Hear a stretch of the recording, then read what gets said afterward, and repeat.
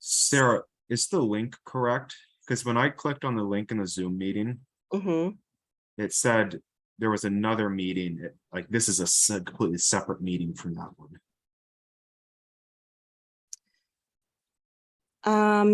I don't know why that would be happening.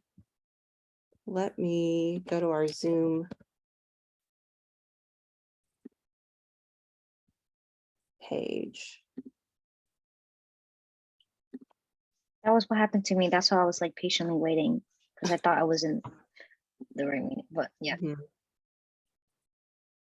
Yeah, I just got an email, Sarah, from someone that's trying to join that says the host has another meeting in progress. Okay. Let me.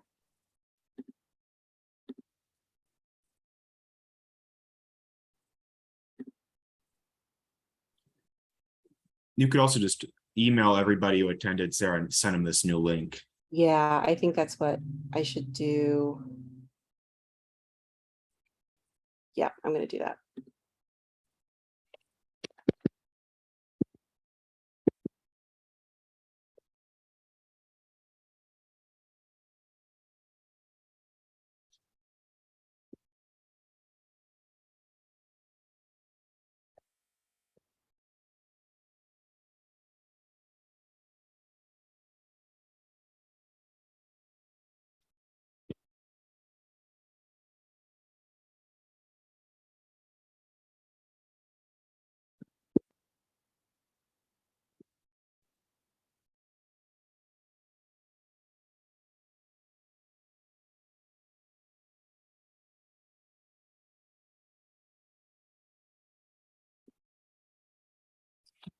Okay.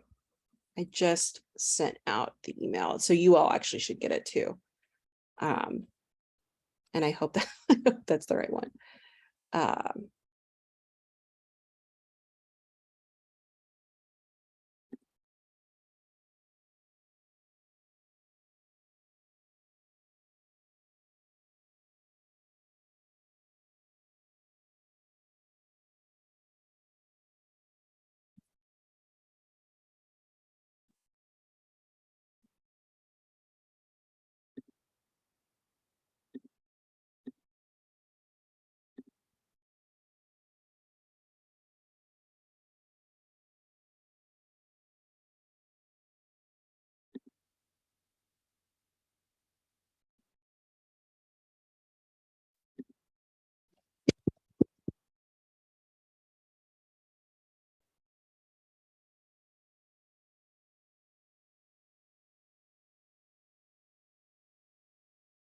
All right, I see some folks joining.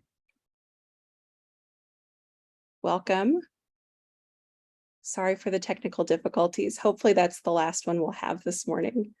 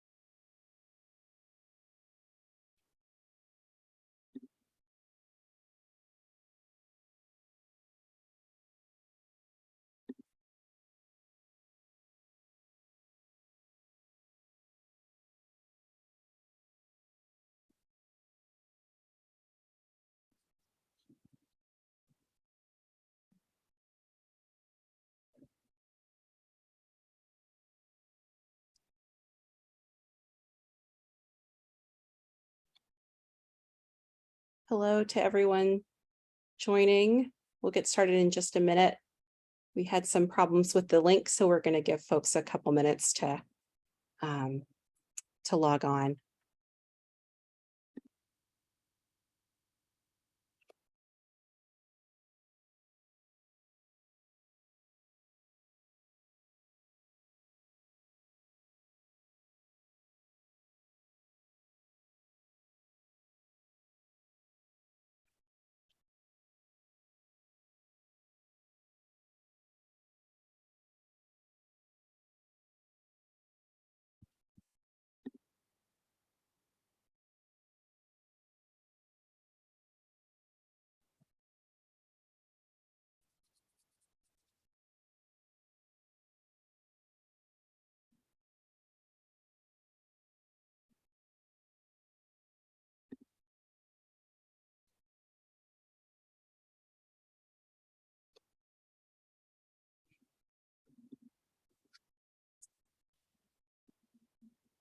Well, I think we'll have people continue to join and then over the next few minutes, and some people may be joining us later in the meeting. So we'll go ahead and get started. Thanks to everyone for joining us today. I wanted to welcome you all. Thank you for being here. I'm Sarah Miller. I am the Program Development Coordinator with HUP, working this past year on setting up the Collaborative Research Assistantship pilot. And we're here to celebrate our first summer today. We've got 7 students who have been working really hard and who are excited to share with all of you what they've been doing. So just to kind of go over the flow of things today, I'm going to give you a little, just really brief background on what HUP is and what the HCRA is. I'll introduce some folks and thank some people, and then we're going to get right into the main event for today, which is hearing directly from the students. They're going to present, each of them, on the project they've been working on. And we'll also have time after each presentation. Hopefully we'll have a couple minutes for questions. So there should be at the bottom of your Zoom window a Q&A button. And during the presentations, if you'd like to submit a question for one of the students, you can type that there. And if you have any other Zoom questions, feel free to email HUP at hup@umn.edu. If you're having technical difficulties, just let us know. So with that, I'm going to share my screen again. And let you know just a little bit about HUP. Probably if you're on the call, you're familiar with us, but we don't want to assume that. So the Hennepin-University partnership has been going on between the University of Minnesota and Hennepin County since 2004. We support the efforts of both of our partners to create positive community change in the areas that matter to them.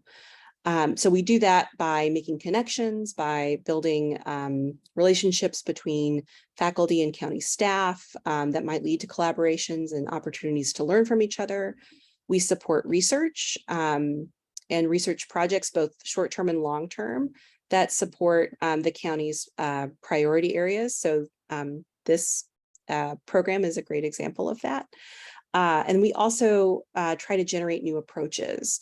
So we have events like mixers that allow the university and the county to get together and try to generate some innovative new ways of thinking or new ideas to try out. So we do this, those are our main things. We do a lot more too, but and then just a little bit of background on the HUP Collaborative Research Assistantship. This is, again, the first year that we've been working on this program. It's a summer research experience for graduate students at the U of M. The program has 2 main components, which is working with Hennepin County. Each student has been paired with a specific research project that they've been working on all summer. And that's really the main piece of the component of the program.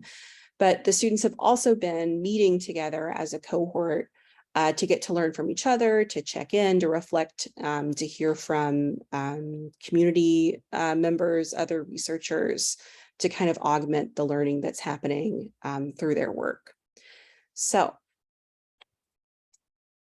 I'm going to stop sharing.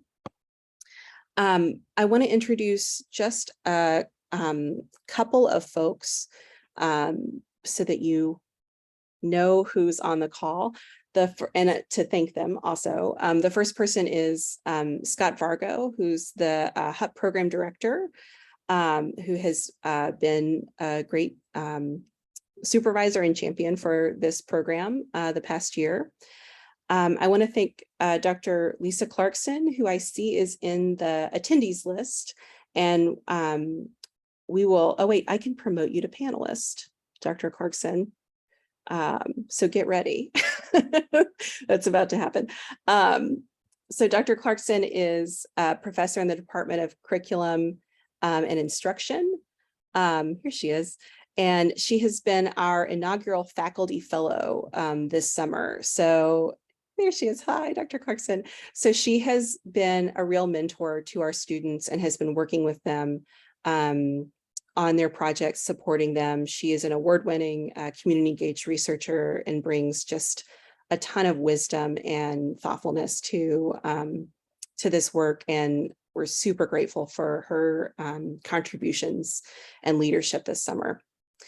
I want to introduce Elizabeth Orr, who is a HUP graduate assistant and is a PhD student in comparative international higher ed at the U. She has been working on the HCRA as well this past year and has brought a ton of expertise and thoughtfulness to this learning experience. So we're super grateful for her. And then, I would say most of the attendees on the call right now, I want to say thank you to. This has been a big collaborative effort. And so all of the projects had project sponsors, county staff who supported the students and kind of directed the work. Each of the students had a mentor in the department, the Center for Innovation and Excellence. So I see some mentors on the call right now. Elisa Slutsky at CIE has been super wonderful. CURA, the Center for Urban and Regional Affairs, which is the office that HUP is a part of at the university. We want to thank them for their support. HUP has a great leadership team made up of half leaders from the county and half leaders from the university. And I see some members of our leadership team as well on the meeting. So thank you to all of you, especially Heidi Barajas, who is the interim vice president for public engagement. I hope I got that right. She's over at the Office of Public Engagement, which is also part of where HUP lives at the university and has been a great supporter of this work this year. So thank you. And then last, before we move on to the main event, I want to thank our students. Each of these, when we started dreaming of this program and started imagining who we would hire to be this first class of GAs, I think if we had known these students were going to be there, we would have been even more excited than we already were. They're fantastic scholars, leaders, fantastic thought partners in kind of thinking about what this program can be in the future. And they took a big risk. They took a big chance on this brand new program and not really knowing exactly what it was going to be because they were helping to shape it. So I just want to give them a huge thank you and kudos for your courage and your hard work this summer. So I can't say enough good things about these students. And I don't have to because they're going to show you just how great they are. So we're going to move on now to the main part of the day, hearing from the students themselves on the work that they've been doing. And I am going to, they're each going to share their screen and provide a presentation. And like I said, if you'd like to put questions in the Q&A box, we will try to get to most of those if we can. And I'm going to, the first person is Lindsay Erdman. So I'm going to spotlight Lindsay. Hey, Lindsay, take it away. Okay, let me get set up here. Sarah, can you confirm that you can see my slides? Yes. Okay. Hi, everyone. I'm Lindsay Erdman. I will be a second-year Master of Public Policy student at the Humphrey School of Public Affairs, and I will be presenting on the Housing Intervention Strategies project. So this project was in collaboration with the Office to End Homelessness, and my project sponsor is Mark Legler. I received outstanding faculty mentorship from Dr. Angie Ferteg, as well as additional support from PhD candidate Yi Wang, and some additional advisement from Dr. Maria Hanratty, all three from the Humphrey School of Public Affairs. And before we move along, I want to just give some background on the causes of homelessness. And this information comes from the National Alliance to End Homelessness.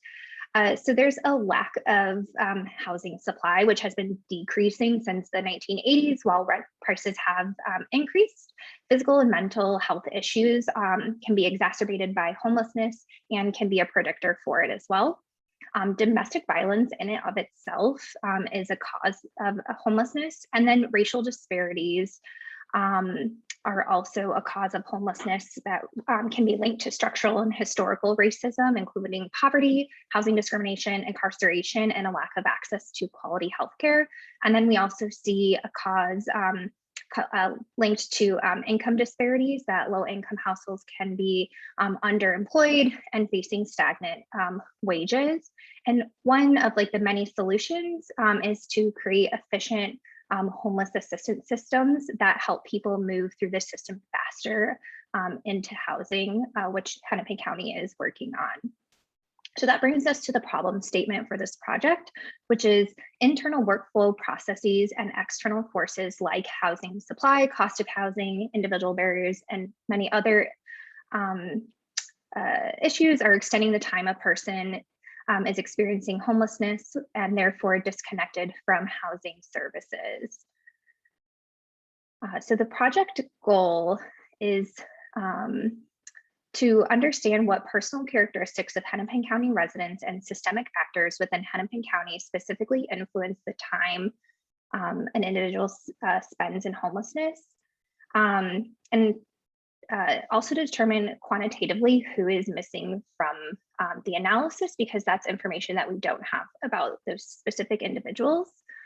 So this project and research developed a statistical model to predict how long individuals spend in homelessness based on certain individual demographic and institutional characteristics, like the size of the shelter an individual stays at.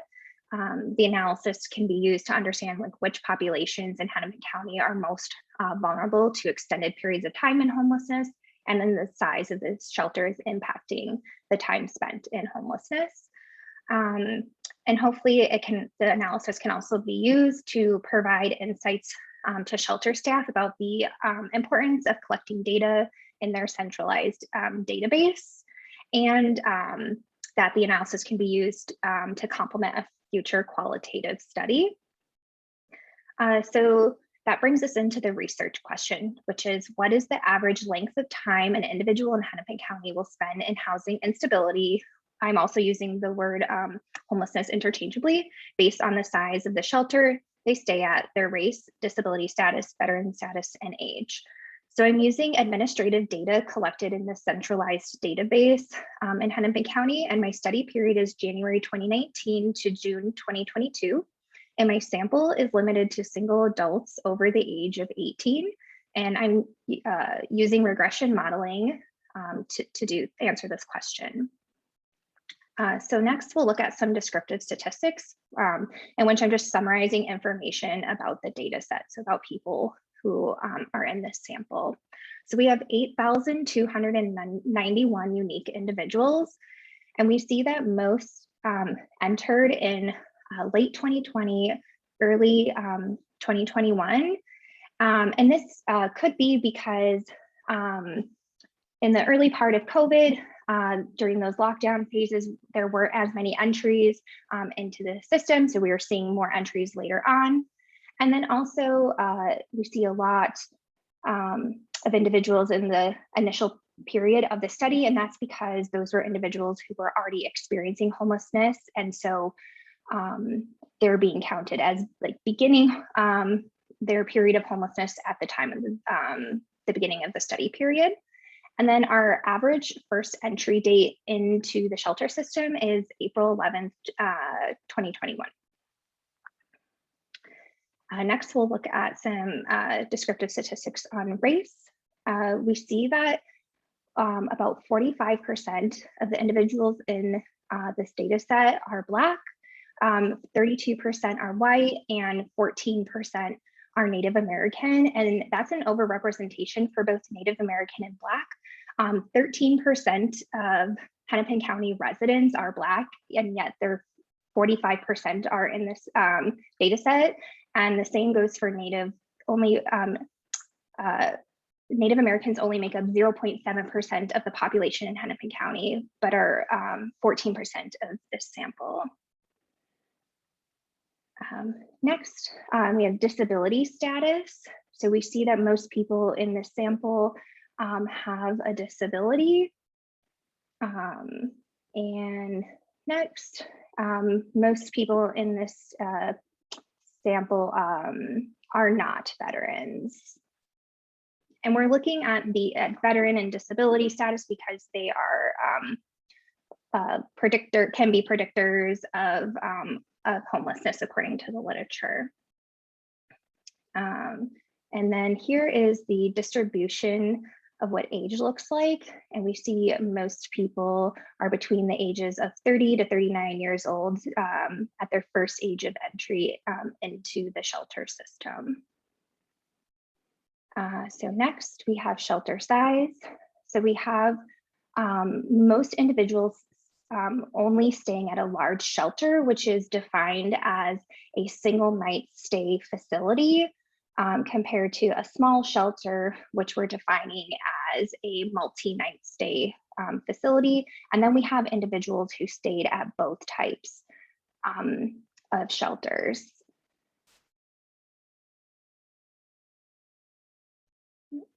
Okay. Here we can see that most people stayed in a shelter for one night. And on this distribution here on the left-hand side, and on the right here, I'm trying to show that if you experienced homelessness for one day, then your average numbers of days in a shelter is also one day. But if you experienced homelessness, or an individual in this data set experienced homelessness for 2 to 7 days, then on average they would be in a shelter for 3 days, and so forth. And on average, a person spent about 73 days in a shelter. So housing instability or experiencing homelessness. So most people in the data set, again, experienced homelessness for one day. But on average, a person spent about 104 days in homelessness, which we can see falls into this category down here, that 29% of the people in the sample experienced homelessness for 2 to 6 months. Okay. Next, we'll move into the regression results. And so all of the values that I will be speaking of are predicted averages, which are different than like the averages that I was just giving, and that all the variables in the regression are being held constant. So if I'm speaking about veteran status, then race, shelter size, and disability status and age are all being held constant to predict that value. So here we see that if an individual only stayed at a large shelter, then on average, they are spending about 65 days in homelessness, compared to if they only stayed at a small shelter, then they would spend about 125 days in homelessness. And whereas they stayed in a mixed shelter, they would spend the most amount of time in homelessness. 3 additional regressions were also ran, controlling for if an individual stayed or experienced homelessness for 1 day, 7 days, and 31 days in homelessness. And at each of those values, an individual would experience the shortest amount of time in homelessness if they only stayed at a large shelter. And one hypothesis could be because we saw earlier in the descriptive statistics that most people were only experiencing homelessness for one night. Okay, next, our regression results on race. So we see that Native American, white, and Black are all statistically significant, meaning that they're all different from each other, whereas unknown other Pacific Islander and Asian individuals are not statistically significantly different from one another. So we see that Black individuals will spend the most amount of time in homelessness. And while like Native American individuals are overrepresented in this sample, we do see that they have better outcomes. And that could be because there are targeted interventions for Native American individuals, and something to be further explored. Here, we see something similar, that all veteran statuses are statistically significant. And so if you are a veteran, you're going to spend less time in homelessness compared to a non-veteran. And that again could be because there are targeted interventions for veterans and like specific funding streams. But also we see that, you know, there's a difference between unknown and non-veteran statuses. And so this could be because like if you are experiencing homelessness for shorter amounts of time, that you're not having those data fields like filled out during a person's assessment in shelter. And so this is a good data point to encourage more data completeness so that we know more information about each individual. And then we see something similar here with disability status. And so there was not statistical significance on having a disability. And this could be because Hennepin County prioritizes individuals experiencing chronic homelessness, which requires having a disability to get into housing. And then next we have some predicted number of days in homelessness by age. So we see as you get older, excuse me, you will potentially spend more days, or an individual will spend more days in homelessness, then it kind of drops off. And then we see these large like ups and downs, and that's because there's less people in these age categories. Okay, and then we'll move into future considerations based off of the findings. So there's a lot that can be done with the quantitative modeling yet. So one thing I found in the literature is that at 50 years old, there's an increased vulnerability for long-term homelessness. So the age variable could be manipulated to look at that. We could look at two demographic features at once to estimate time in homelessness. We could look at more variables like domestic violence that are vulnerabilities for homelessness, as well as other variables. And then there is some omitted variable bias in my model. And so we could use other administrative data sets to work towards eliminating that and just conduct further sensitivity testing to find the best fitting model. And then for qualitative exploration, there could be interviews with staff shelter to understand workflows, to find pain points that are barriers to data completeness, as well as understanding if there are different workflows for each subpopulation, and also to examine like what changes the county can make to improve the system for all subpopulations, because we know it's different for each group. And then also looking at housing interventions to understand like what types of housing are available and pursued for different people that makes homelessness shorter, like with veterans and like Native American individuals, and learn how interventions are administered differently at large versus small shelters. And then just one thing I've always been interested in is like non-traditional housing models. If we looked at like multi-generational living, if that could be a better fit to address some of the issues that we see with housing just more generally. And so that's all that I have. And then for those that are interested, I do have my methodology of how I made my variables that I'd be happy to go through at a later time.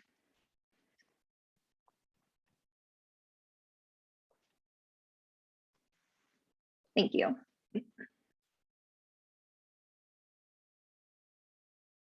I think you're on mute, Sarah. Thanks, Lindsay. And thanks, Lindsay. Thank you so much. So I know we have one question in the chat that I think I'm going to let Lindsay just type an answer to. But one thing we've asked Dr. Clarkson to do after each presentation is ask the students a question. So we'll do that, and then we'll move to our next presentation. Thank you, Lindsay. Great job. Will you talk to us for just a moment about the interventions that you found and what difference it made? I don't think I specifically looked at any interventions. These were like the future considerations kind of just came from speaking with my project sponsor and just things that I knew since I am a veteran, I know some of these specific funding streams that are applied to the veteran community, and then ideas that came from my project sponsor as well. So I think that's a really big area that could be explored. Okay, sounds having culturally appropriate interventions for each subpopulation. Yeah, I thought it was interesting on your graph when you started to think about by ethnicity, the difference it made, what the types of interventions that were possible. And so I didn't know if you had any other information that you could give us on that one. But when you're thinking about the number that you were able to come up with, over 8,000, would you mention something about that number and how you got to that number? Just a very brief description. I think that was basically all of my summer's work was the methodology to get to that. I guess it's kind of hard for me to answer that very briefly of how we got there. It was a lot of cleaning data, and that's what Dr. Angie Furtag and Yu Wang, the PhD candidate, really helped me with, of writing code to clean data to get rid of multiple entries, fix errors in the data set to get down to that number. And I think that's just a really important piece of information, but for you to be able to get there, that was quite a feat. So congratulations. Thank you. Thank you, Lindsay. Yeah. And I see some questions in the chat that I will just type and answer.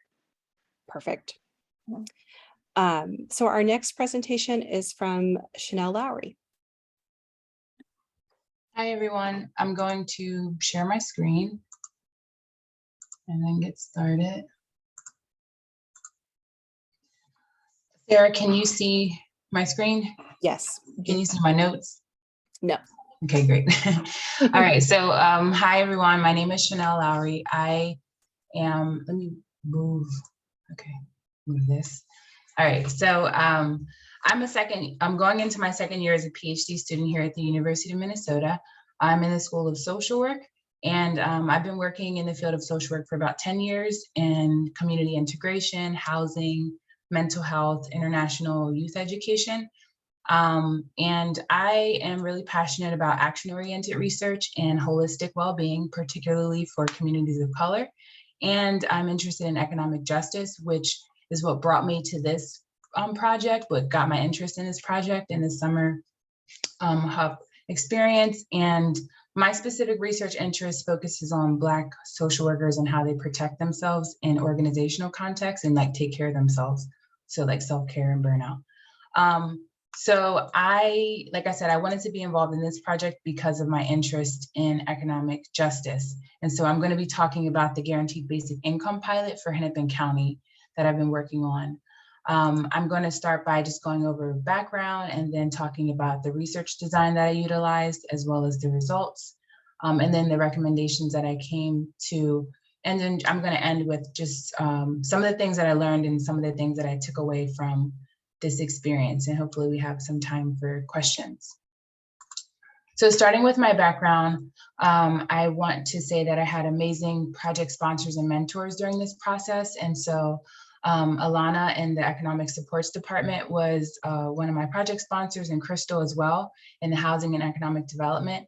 And then Michael and Center for Innovation of Excellence, they were just great throughout the process in helping me get to ideas. And I just want to also say that the HUP staff like Scott, Sarah, Elizabeth, Dr. Clarkson, and the other students in the summer cohort program were very supportive during this time. And I really appreciated all the support that I had.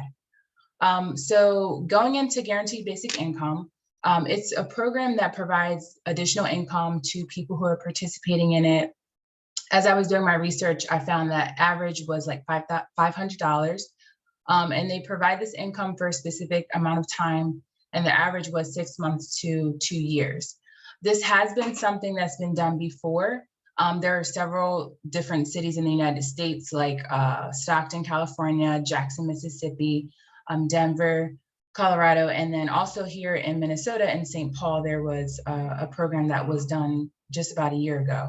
And so Hennepin County will be piloting a guaranteed basic income program about next year. And so that was what I was working on over this summer.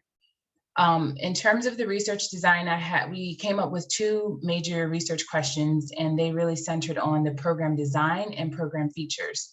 And so the first question centers around the components that we would want to consider when implementing guaranteed basic income for Hennepin County. And then the second question was more about the features. And these features particularly wanted to address racial disparities and accelerate economic mobility and reduce barriers to participation. The goal of this was to improve participant outcomes for residents in Hennepin County, and that included minimizing the impact of the benefits cliff. And what that is just basically when people are on benefits and then they start to get income maybe from work, and then their benefits decrease, there's this gap between them losing their eligibility and what they're actually able to afford. So that's called the benefits cliff. And that's like a very short explanation of the benefits cliff. But that was one of the main questions and considerations we wanted to look at when thinking about this. So what I did is I reviewed guaranteed basic incomes that had programs that had been done in the United States, and I also reviewed the literature on them. And then I did interviews with program staff, particularly in Denver, Colorado, and Silicon Valley in California, and then Stockton, California. So I was able to do some interviews and get some more information about that. And that's kind of what led me to my major themes and my recommendations. And so there's GBI programs in New York, Mississippi, like I said, Minnesota, and California. And so I looked very closely at those programs, particularly, and like I said, did the interviews with staff. And then the results. So what I did is I came to major themes, and then from those major themes, I made recommendations. So this is really the main, the high level themes that I came to, which was, it was really important to center the voices and experiences of the participants in doing this program. And so that's really about building trust and rapport with the participants and then the larger community as well. And then the second major theme was that the target population was a really big indicator for determining the key features of the program and also the program evaluation. So there were variations in the target populations that were used. So I have some examples. There were Black mothers, unhoused youth, and then unhoused adults were some of the target populations. So those particular populations really determined how the selection process was done and how the program was evaluated. And then the other major theme was that there was always a risk of benefit reduction or loss. And so I think going into this, there may have been a misconception that guaranteed basic income was going to maybe solve the benefits cliff, but that really wasn't the case. So it's not really a tool to address the benefits cliff. It's something that actually needs to be considered when doing this kind of programming. And so those were, like I said, these were the high level themes. And then from there, I came to recommendations. I want to preface this by saying that I had a lot of recommendations. So I had recommendations in 4 particular areas, and they were benefits loss mitigation, participant engagement, the cash transfer process, and then the pilot evaluation. I had a total of 20 recommendations for the Hennepin County Guaranteed Basic Income Program. And because of time, I can't go over all of them, but what I did is I provided an example from each category so that you have kind of an example and to see, from each category what I came up with. And so for the benefit loss mitigation, there was 5 total recommendations. One of them was really reviewing the impact of reviewing benefits for people to see what the impact would be for them. And I suggested that this be done by Hennepin County. And then for the participant engagement, I gave a total of 5 recommendations. And one of them was asking participants how they want to be engaged with during this process. And that was really about centering the needs and perspective of participants and giving some control back to people in the program. And then the third was for cash transfer. There were 3 main recommendations, and one of them was that the fees associated with the project, or like giving the cash to people, would be included in the project budget and not something that was transferred to the participants, because the goal was to have the participants keep as much of the money as possible. And then the 4th recommendation was for the pilot evaluation. And there were 7 total recommendations for that category. And one of them was to focus on the participants' experience and not surveilling them. And that, again, was about building trust and rapport. I do want to point out that I was able to present a full list of my recommendations to Hennepin County leadership in a presentation that I did on Thursday. So they do have that information. And then the last thing I just want to say is, what did I learn and what did I take away from this process? One of the things that was challenging was thinking through how to engage the community on this project, and just like what that was going to look like. And so the trainings that we had during the summer program were really beneficial. And one of the things I learned was that community engagement happens on a continuum. And so, but it was definitely a challenge to kind of think through that process. Something that was exciting was being able to work on this project, because I felt like it was very impactful and it would have policy implications in the future. One of the things that surprised me in reviewing the literature about guaranteed basic income was that it wasn't a new concept. It was something that was being discussed in the 1960s here in the United States, and even earlier when we talk about a global context. And then what am I taking away from this experience? Really learning more about community engaged research and practicing translating research outside of the academic setting. Collaborating with Hennepin County staff was a great experience. And then, possible future collaboration with continuing to think about this guaranteed basic income project. So those are some of the things that I learned. And these are my references. Thank you for your time. And that's all I have. Thank you so much, Janelle. That was wonderful. You mentioned twice building trust and rapport. Will you talk to us for just a moment about what that might look like, feel like, sound like? Yeah, I would say what that sounds like is, especially from a government agency, is transparency first.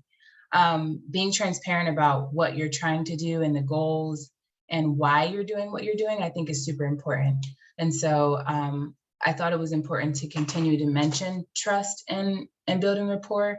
And also, I think what that also looks like is a two-way feedback loop, like getting information from the community about what they need, what their needs are, and then listening and responding to that. Not just taking information just to have it and say like, oh, this is what the community said, but really thinking about like, how can we respond to this in a way that is going to be beneficial and not harmful. I think is also a way to do that. And also thinking about that building trust and rapport takes time. And so being able to put that time in and being understanding of it's not a linear process, right? It's not a linear process, and it takes time. And it's a really, really important part of being engaged with community. And it can be hard. It can be hard. So that's what I can say about that. Thank you. I look forward to seeing what actually comes out of that. Keep up the good work. Thank you, Chanel. So our next presentation is from Antra. Great. Can you see my presentation slide? Yes. Yep. Okay. Hi, everybody. I'm Antara. I am going into my second year as an MS STEP student, which is Science, Technology, and Environmental Policy at the Humphrey School. And this summer, I worked on a project called Reclaiming Wood Waste. So this is a project coming out of the Department of Environment and Energy at the county. I'm a project sponsor is Olivia Cashman, who is present here today, and she works as an environmental protection specialist with Environment and Energy. And my project mentor was G. Lee, who is of course with the Center for Innovation and Excellence.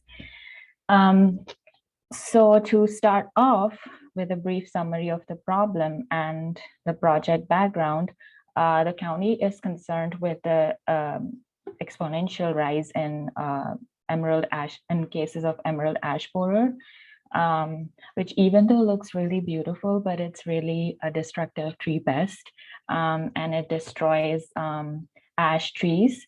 This is a classic sign of an ash tree infestation.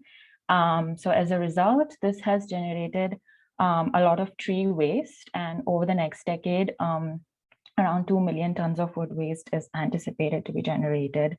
So the county is interested in partnering with the local milling industry to look for ways to reclaim the wood instead of sending them for chipping or burning, for example.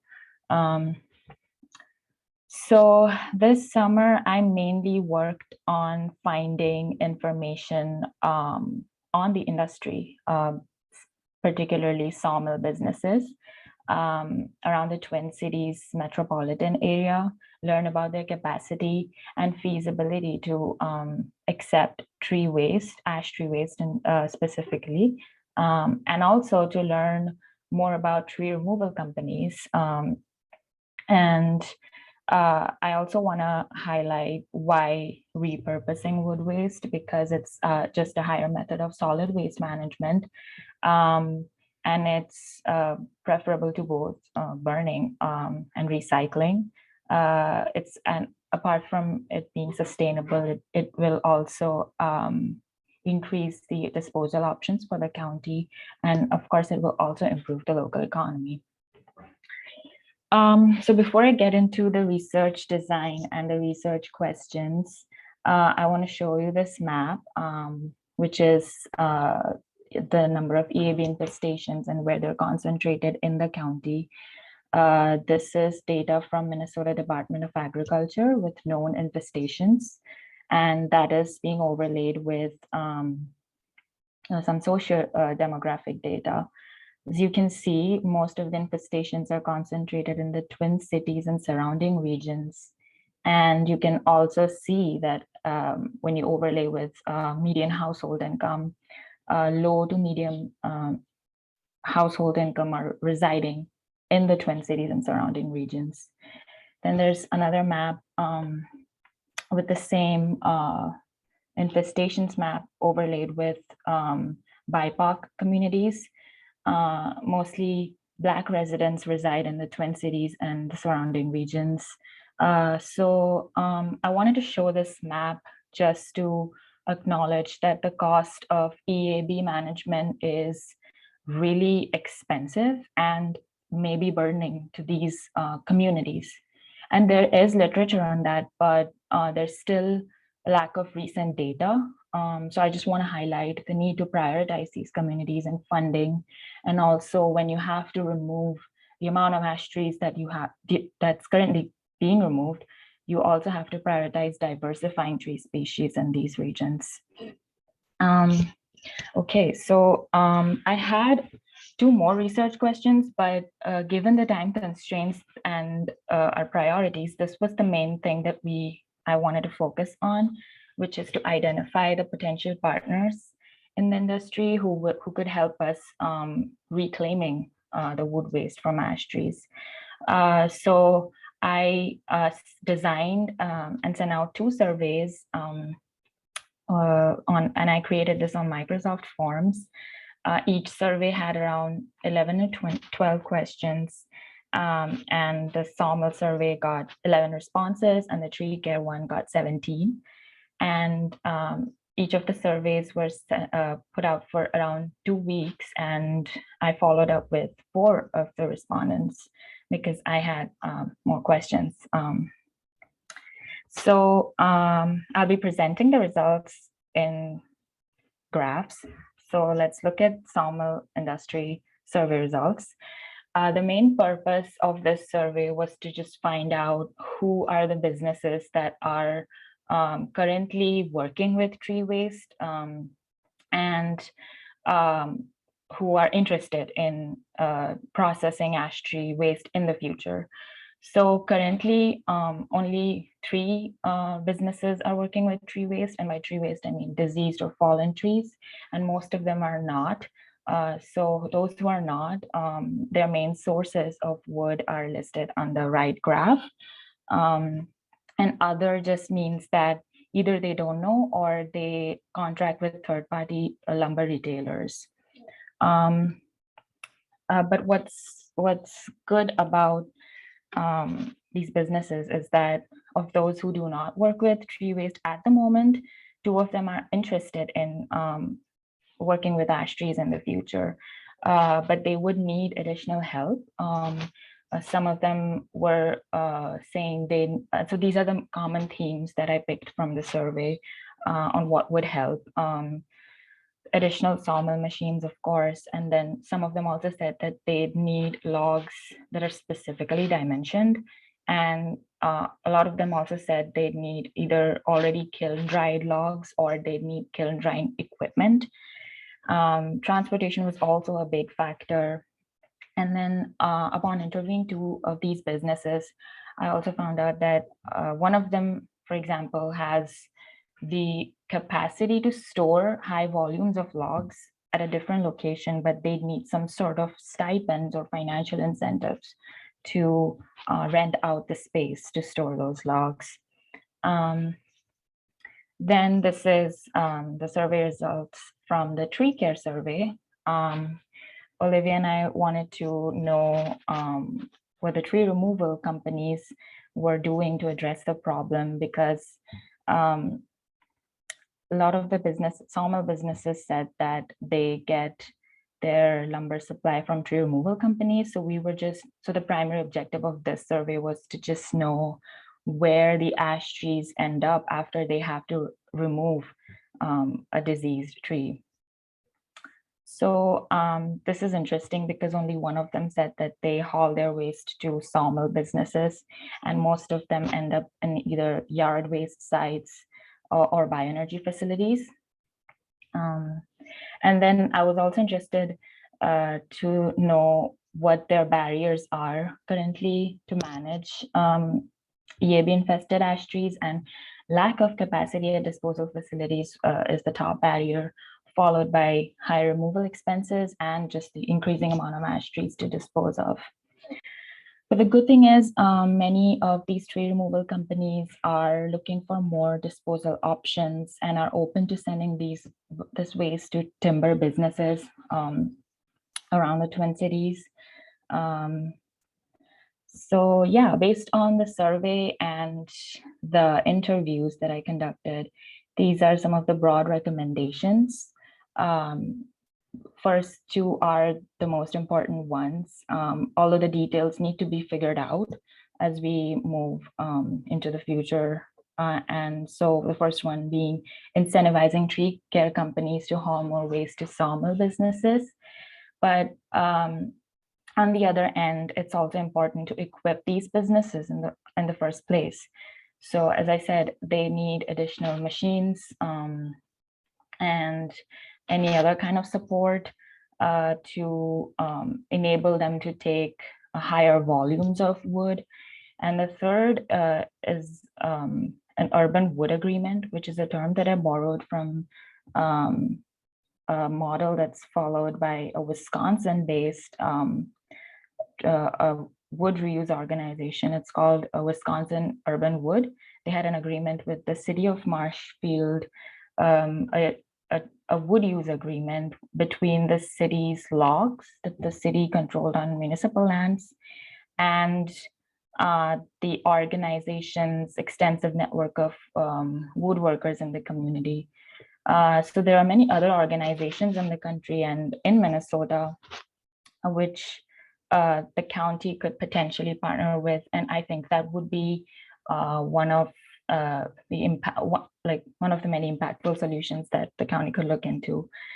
The fourth one is something that I recently learned about from one of the tree care companies, establishing something called marshalling marshalling yards, which is essentially a site where tree removal companies could take, the site basically functions as somewhere where you can take your tree debris or any tree waste, and it's kept there for future use. So if they're built on municipal lands, that could be cost effective for the tree care companies. And then we could just direct the timber businesses to those sites to come and collect the waste. But of course, this is just a limited set of recommendations. There's more that needs to that we need to know about.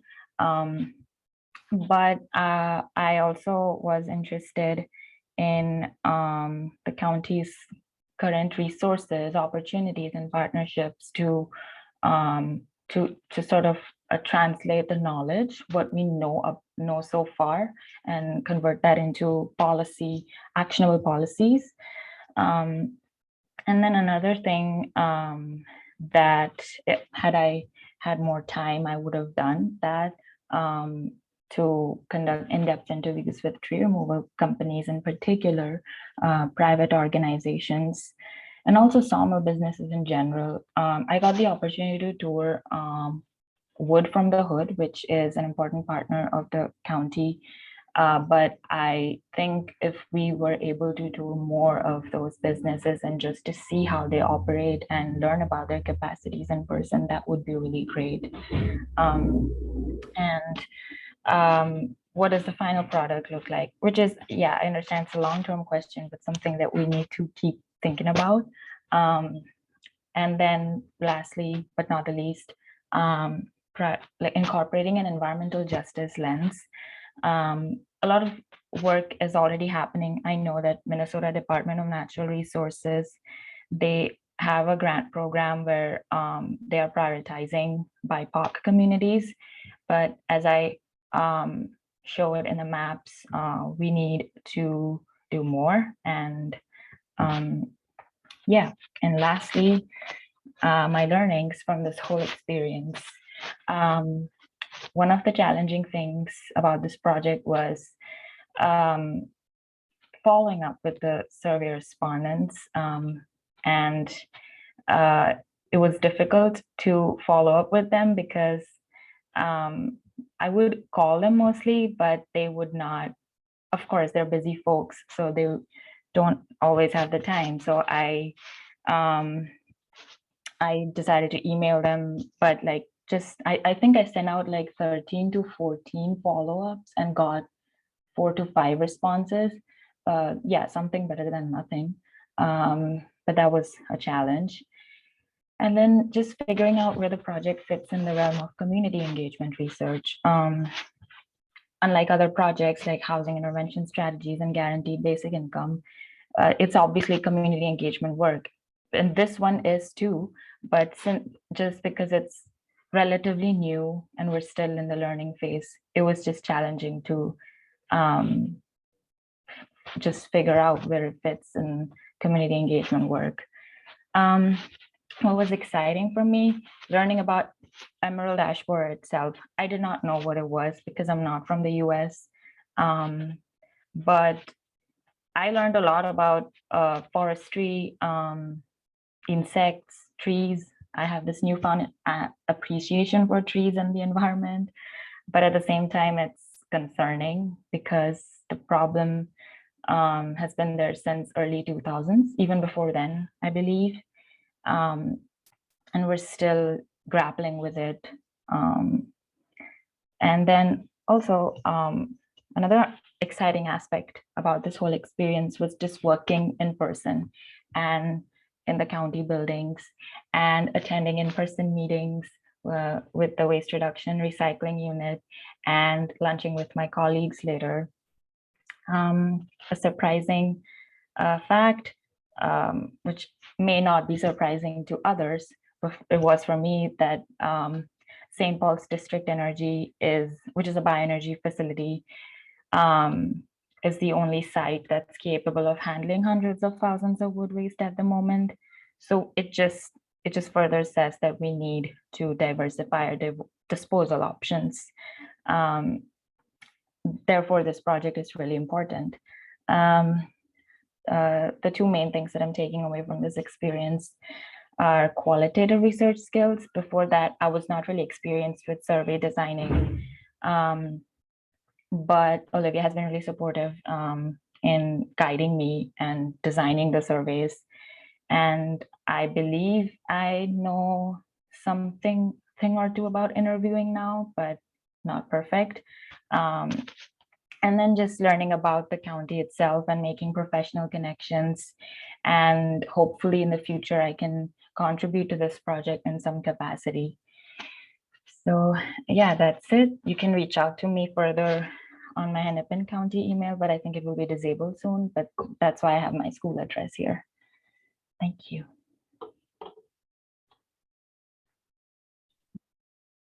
Thank you for your presentation, Antara. You spoke about the challenges that you experienced while you were participating in the project this summer. I'm wondering if you were to identify amongst the challenges and amongst the next steps, which one do you think would be the priority? Because I heard you say something about finding some place for the wood waste, looking at communities that don't have services. What would be your priority?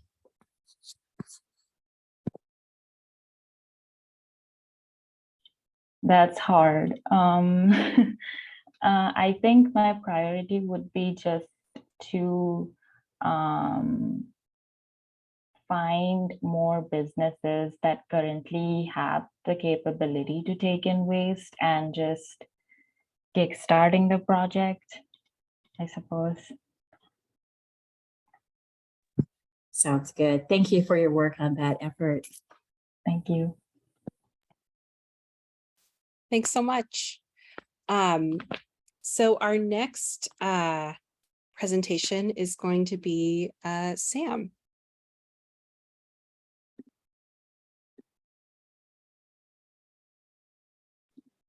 One second. Let me just click this real quick.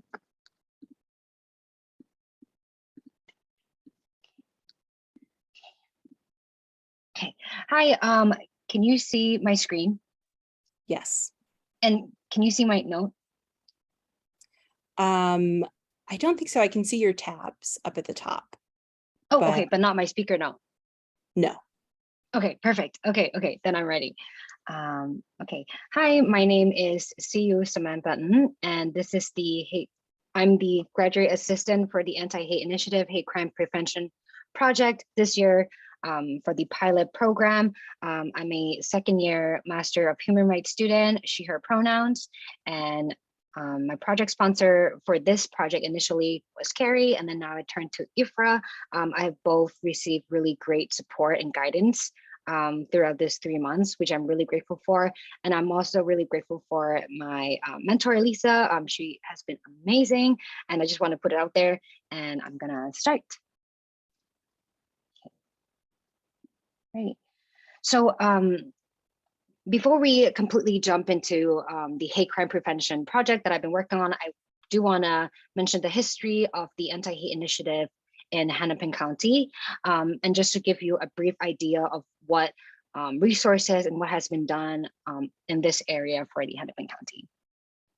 So in June of 2020, Hennepin County Board declares racism as a public health crisis, where I believe 2020, we all have kind of like a common idea that 2020 was basically the year where there were a lot of racially motivated hate crimes towards BIPOC community in the US, particularly those who are Asian descent, unfortunately.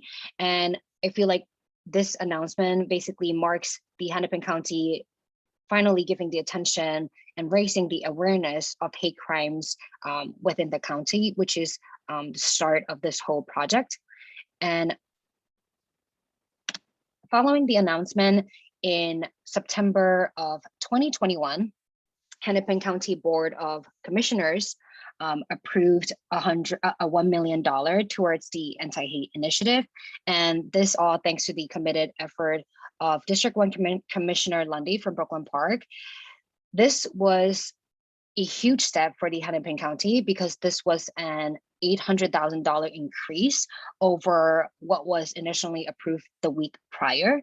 So this anti-hate initiative aims to create a team to collect data and analyze the scope of hate incident within the county.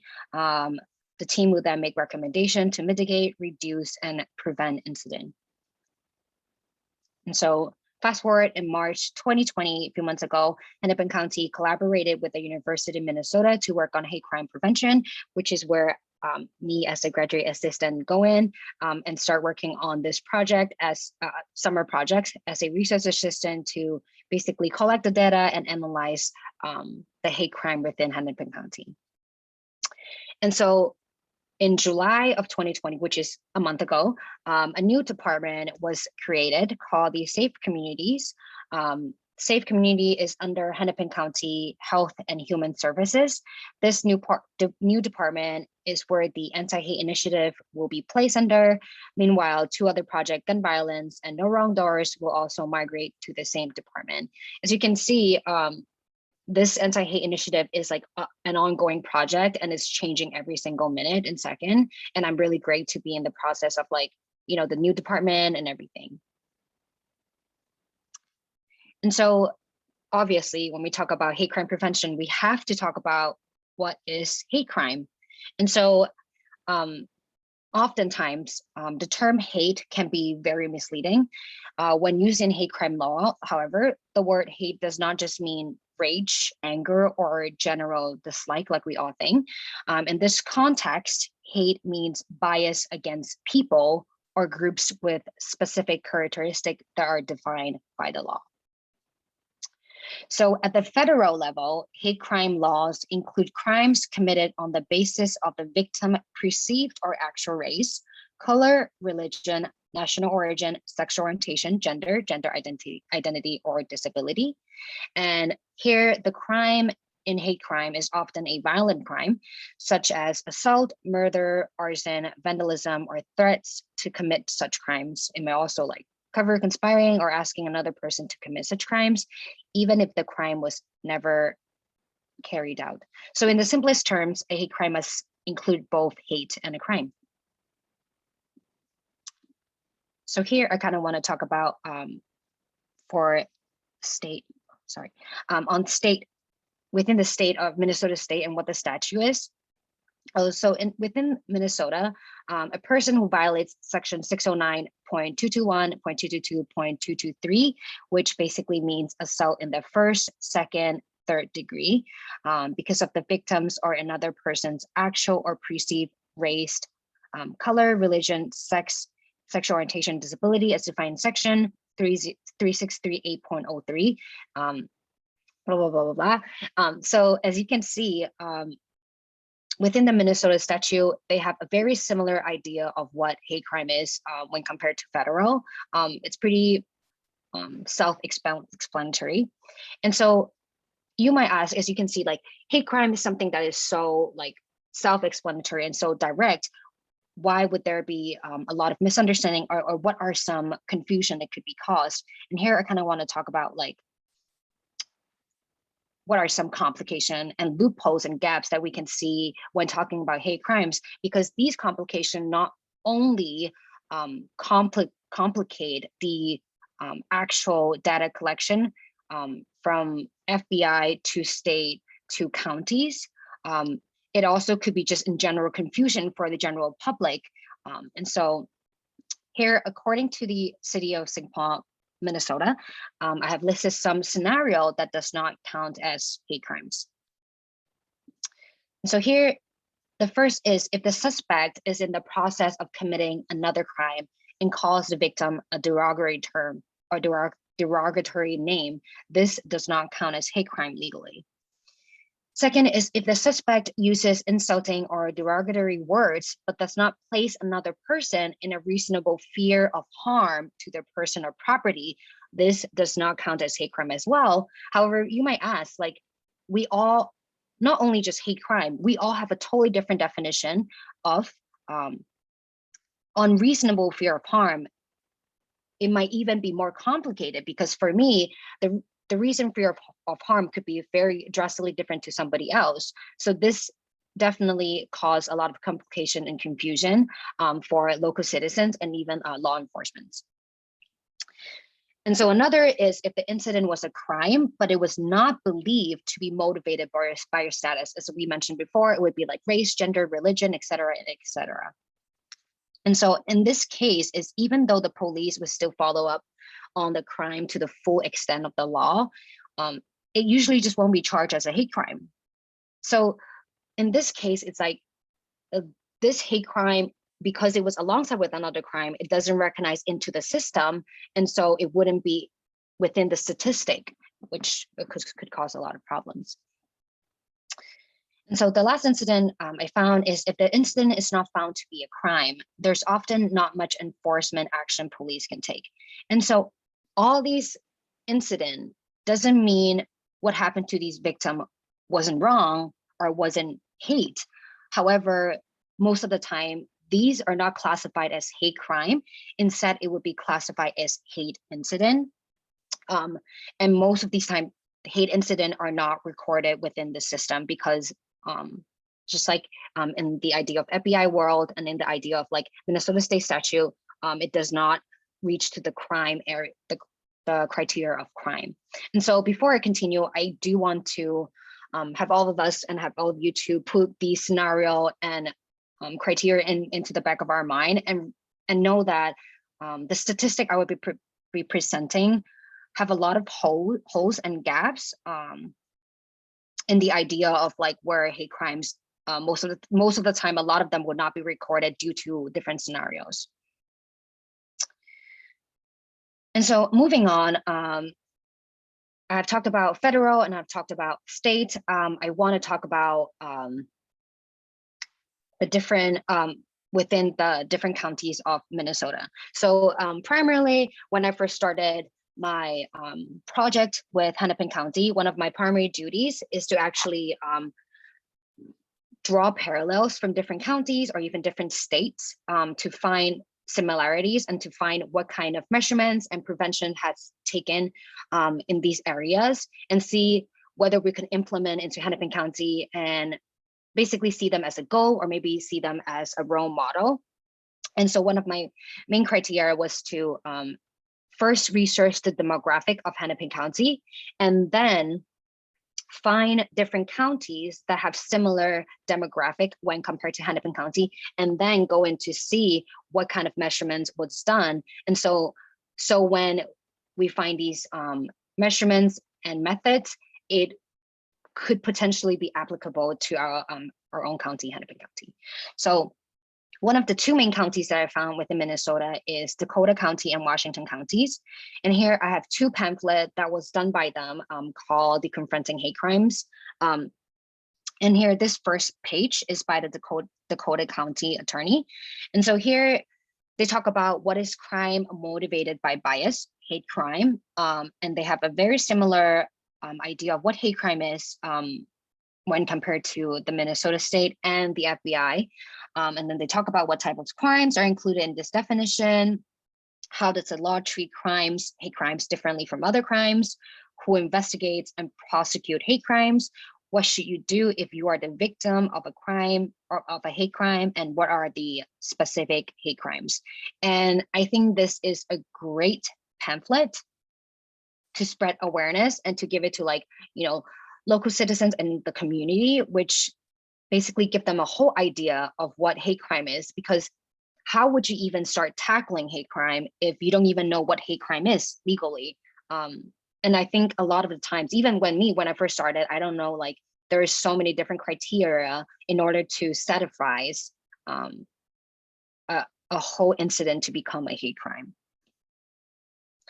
And so flipping on the other side, this is from the pamphlet from Washington County. They have a very similar pamphlet for both counties. So I'm using like two different ones, and they basically continue on the other side explaining what kind of hate crime is. And here they talk about like what phone number can be reached for the Washington County attorney, phone number for the Minnesota Department of Human Rights, and even the phone number for the FBI located in Minnesota.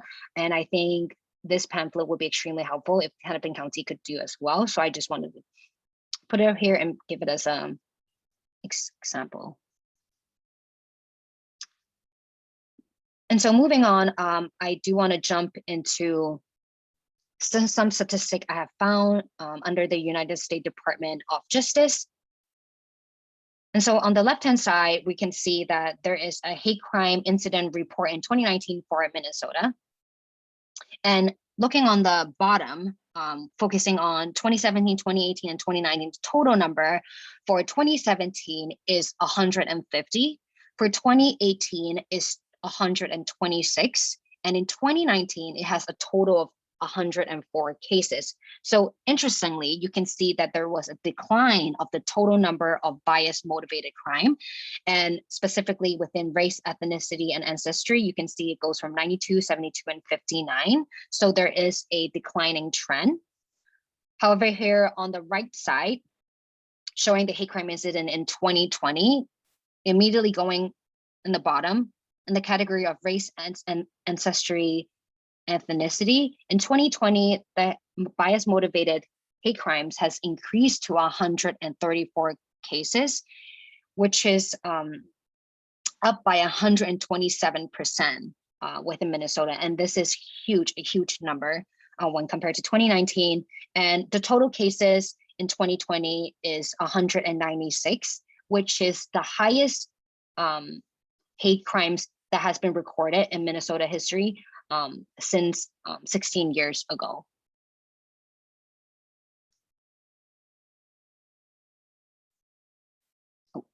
Okay, so more statistic that I found. So every year, annually, the FBI release a hate crime statistic with a compilation of bias motivated incident within the United States. And here I want to mention that even though the number of reporting agency decreased by 452 since 2019, the overall number of reported incident increased by 949, contributing to the total of 8,263 hate crime incident against 11,126 victims in 2020.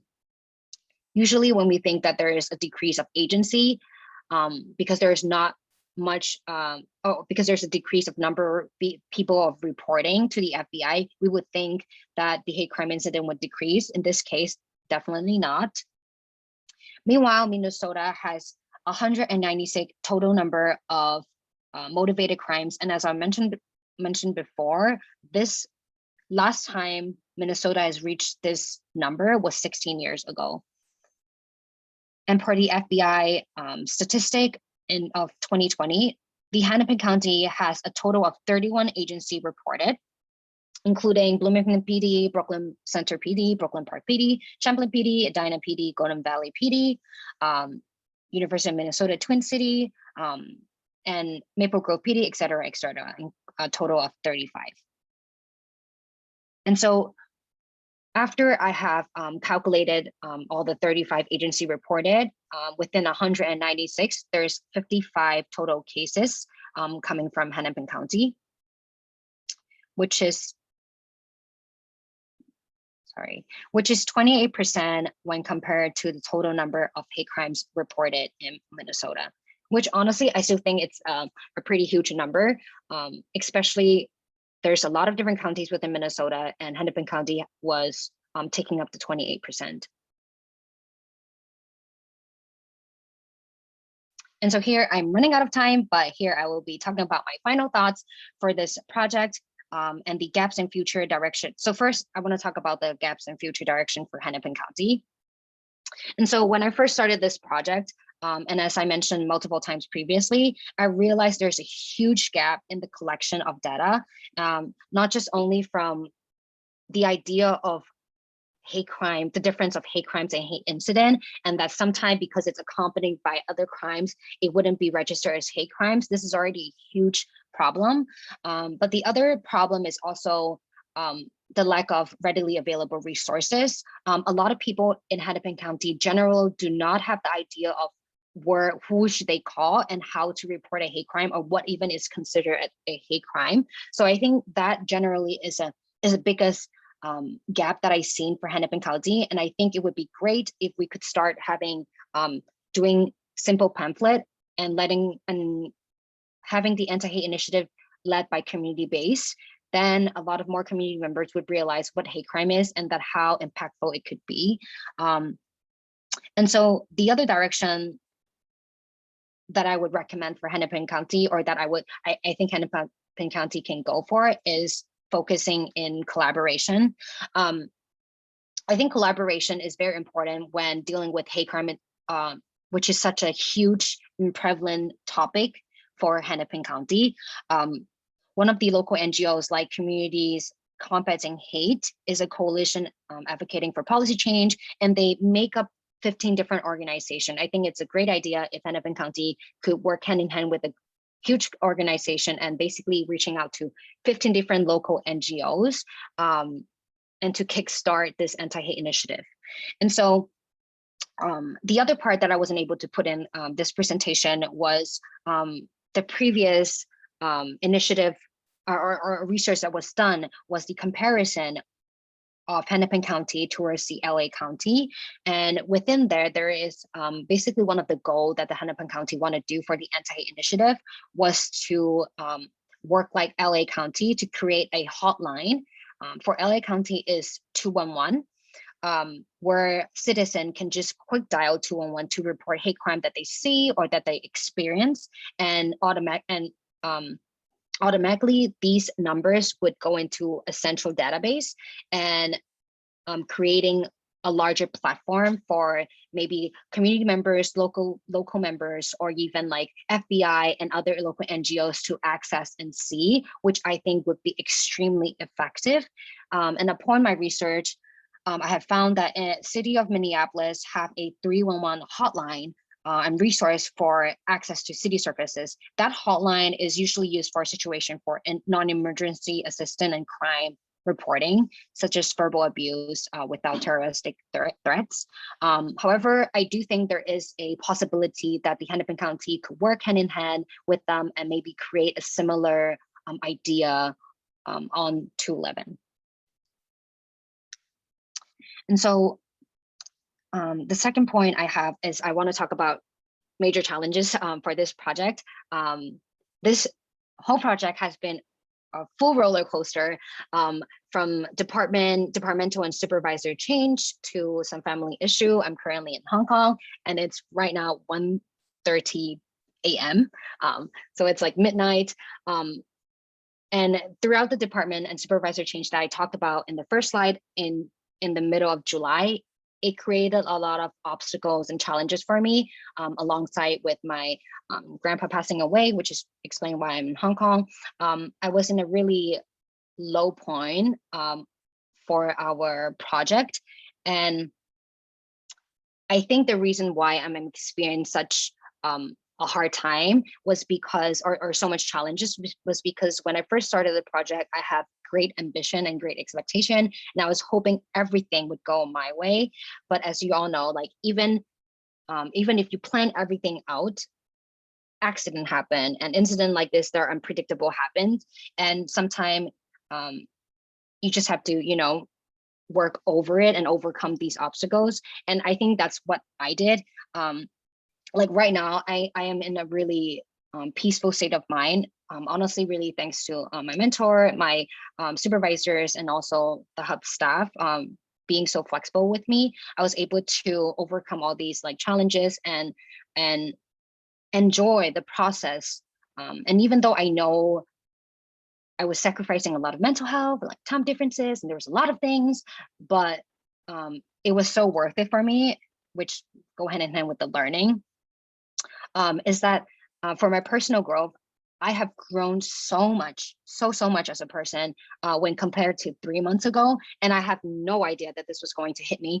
I have no idea there's going to be like department change. I have no idea there's going to be like family issues like that all happening in the same week, month.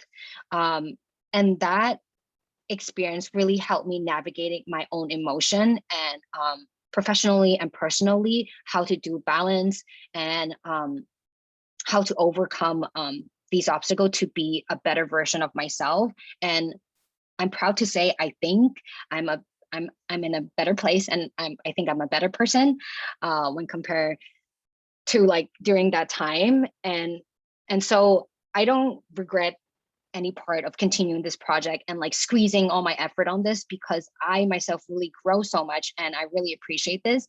And professionally, being able to collaborate with Hennepin County and working with so many different people has been amazing. And being as an international student from Hong Kong, that is like one in a lifetime experience that I don't even know whether I would have this opportunity. I think working for Hennepin County has been an invaluable experience. And so I'm already over time. And so the feedbacks for HUP was, I have already recorded in my general feedback every week. So the HUP staff will be able to see them. And I wouldn't go deep in that. But thank you so much for coming for this presentation, listen to me ramble and hearing from my present. If you have any question, you can reach me through email. But thank you.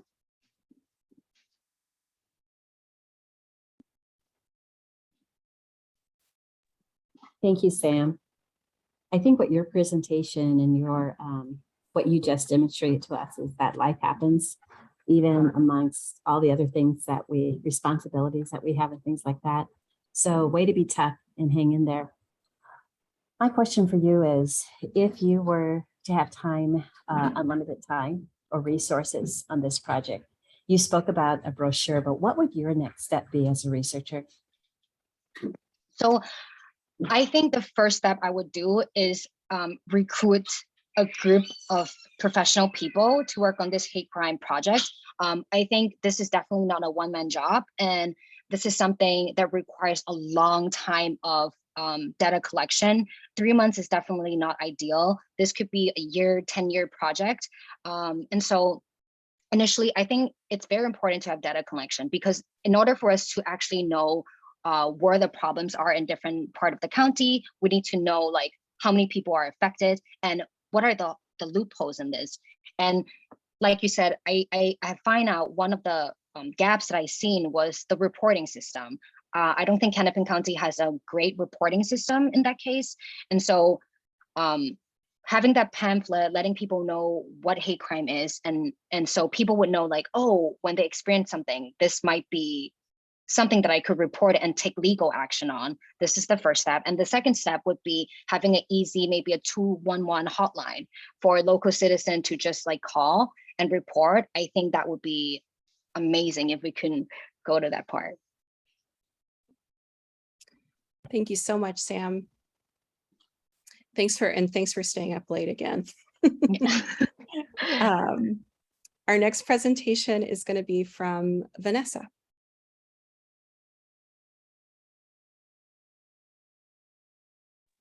Awesome.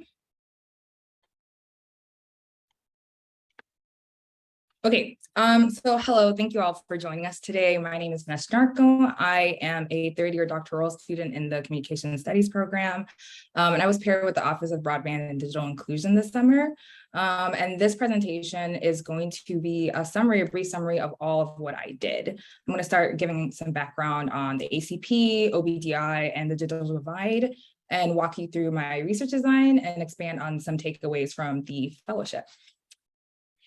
So my awesome project sponsor for this was Ashley Schweitzer, along with Phil Essington, and it's a small team, so I have to give a shout out to Clarissa, Josh, and Crystal for all the help that they provided me with this project, as well as Josh Yetman, who's not an OBDI, but communications, but was a wonderful resource for me in this project.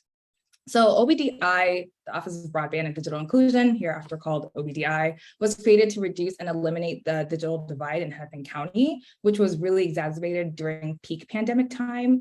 And the digital divide is defined by the National Digital Inclusion Alliance as being the gap between those who have affordable access, skills, and support to effectively engage online and those who do not. This tends to affect people of color, Indigenous peoples, households with low incomes, people with disabilities, people in rural areas, and older adults the most. And this really prevents them from equal participation in digital spaces. Therefore, OBDI, through their Connecting Hennepin campaign, is addressing 3 major areas of the divide for those most affected in the county: devices, connectivity, and digital literacy. I wouldn't have time to expand on all the great work they're doing, so I'll just talk about what I did for them this summer.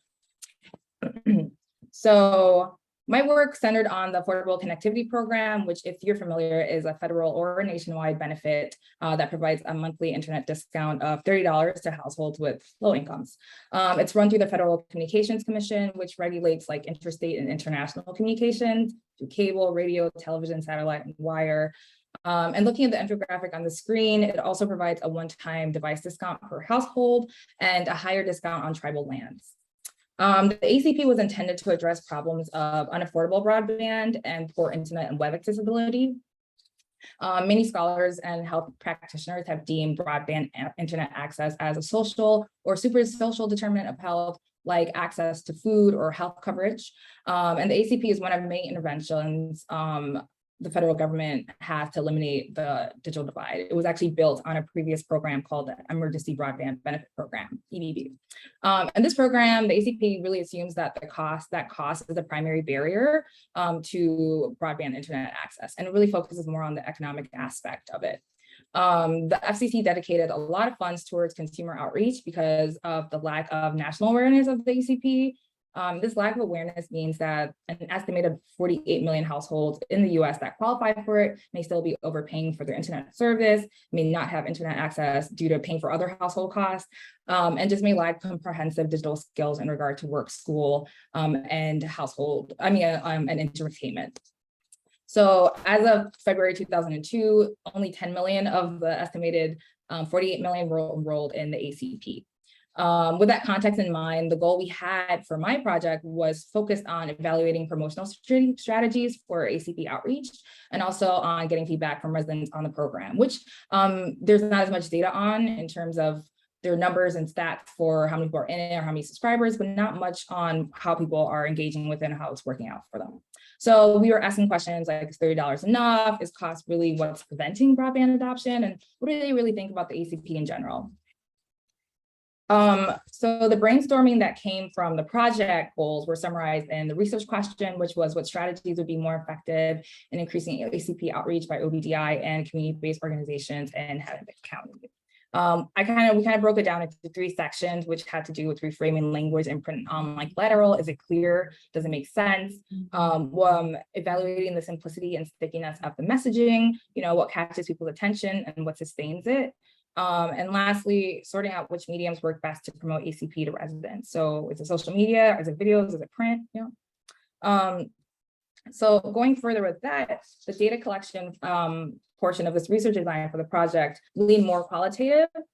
So it included content analysis. So we looked at specific words, themes, and concepts of our previous ACP promotional materials, as well as other government agencies and nonprofits.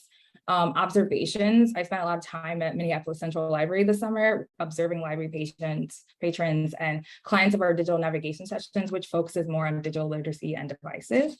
Conversations and interviews. I spoke to patrons, staff, customer service reps, and generally just focused on talking to the community about ACP and affordable internet.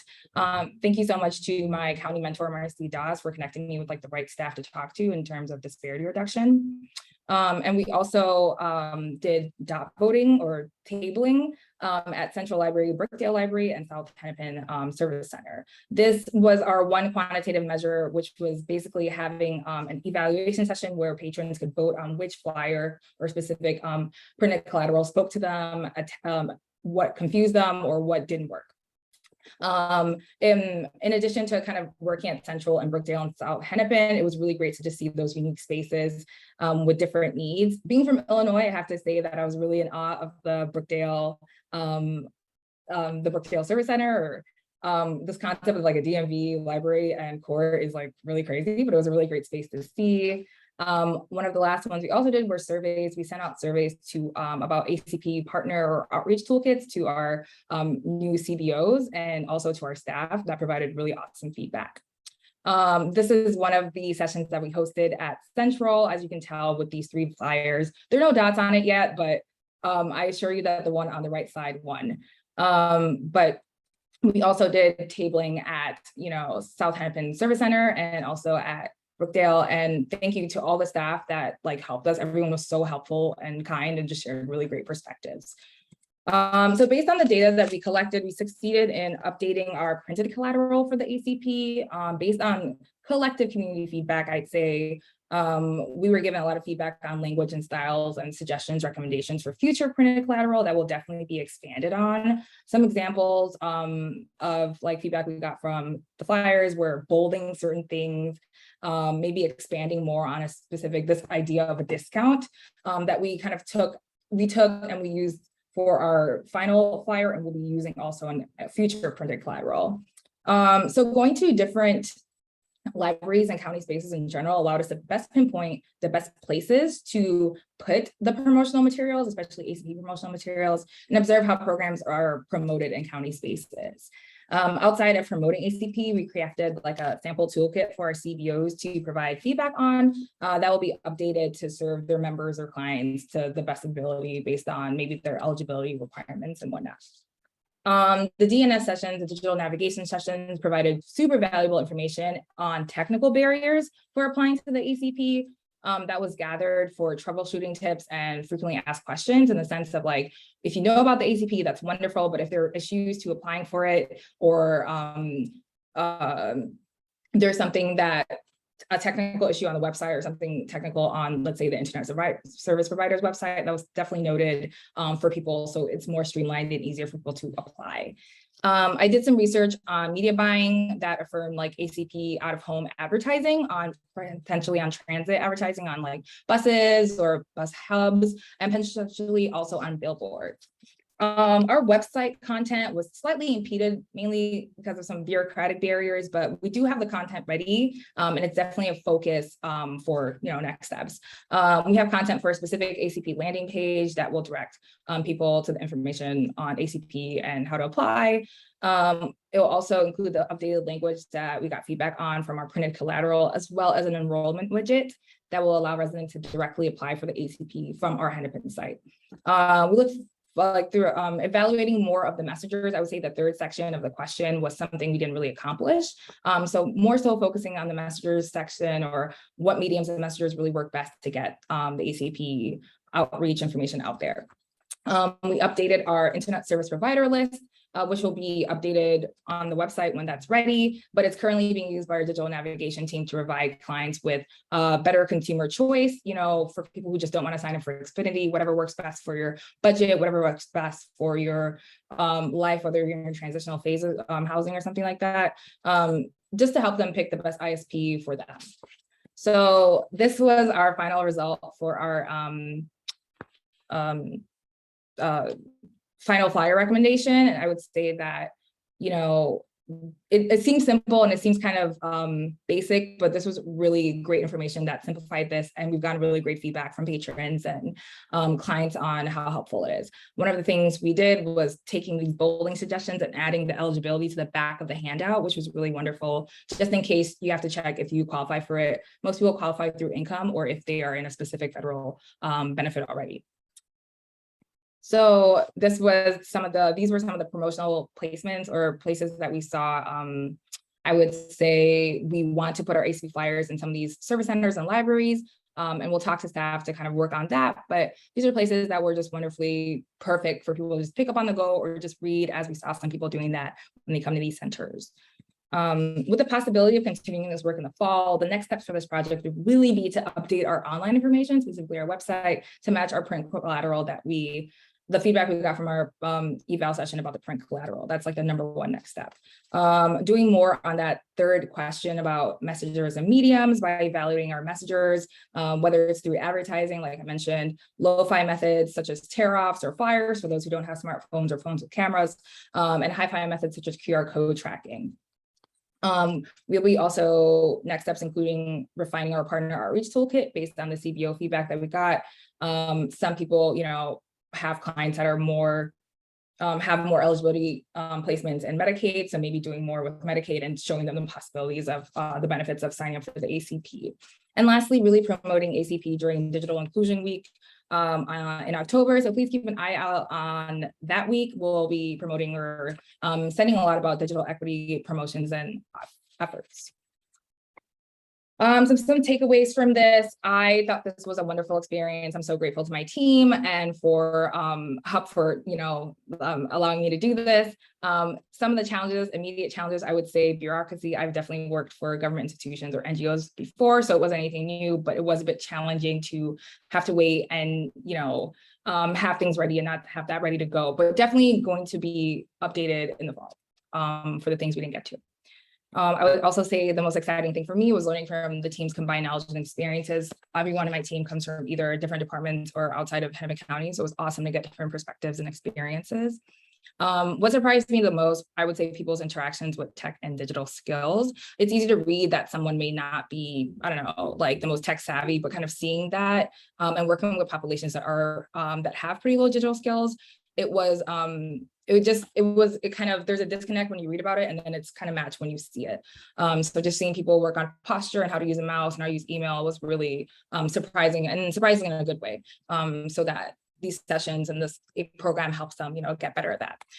Some takeaways, my main takeaway is that it's easy to promote something super beneficial like the ACP or other federal benefits, but my main takeaway from this being what happens after you talk about it, what happens after it's promoted. We had some feedback from people who knew about the ACP, but had issues signing up and just kind of gave up. So that was something that we really focused on, these technical barriers and expanding on that. And then additionally, I would say that digital research without community is not, input isn't really the same. Like I said, it's kind of weird. It's a bit of a disconnect to read about something about people not having access or people not being, having proper internet than really seeing that or hearing people tell you about it. But those are my main takeaways. All in all, thank you to the OBGI team for hosting me. Thank you to my Hennepin mentor, Mercy, for walking me through how the county works. And thanks to Sarah, Scott, and Elizabeth for all the logistic work. Thanks to my cohort for sharing their experiences. And thanks to my faculty mentor, Dr. Catherine Squires, and everyone who helped me apply for this, Diane Haskell. And thank you all for listening.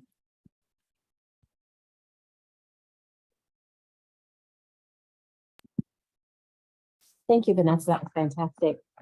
Here's my question. How do you think this availability will impact education? That's a really good question. So OBDI recently joined in partnership with the city of Minneapolis specifically. They got, I believe it's $2 million, but I could be wrong, to kind of increase increase digital access or devices and connectivity within Minneapolis public schools. So that's not something I necessarily worked on, but I am excited to see how that will be expanded on or how that will grow. So that's definitely something to look out for. Thank you. Thanks so much, Vanessa. Our next presentation is from Audrey. Hello. Are you able to see my screen? Yes. Great. All right. So let's see this timer open real quick. So my name is Audrey Robeson. I'm going into my second year as a PhD student in the Natural Resource Science and Management program. My project supervisors were John Evans and Karen Gallis at the Environment and Energy Department. My mentor was Kay Adam, and just wanted to say a big thank you right off the bat to all the HUP folks and my cohort as well. I learned so much from you guys this summer, and I really appreciate having this opportunity. So the presentation that I'm going to be giving is on climate change and flooding, and it all started with an amendment proposed by Commissioner Fernando earlier this year to look at the extent that flooding and climate change will have an impact on various land uses in the county. as kind of an entry point to that work.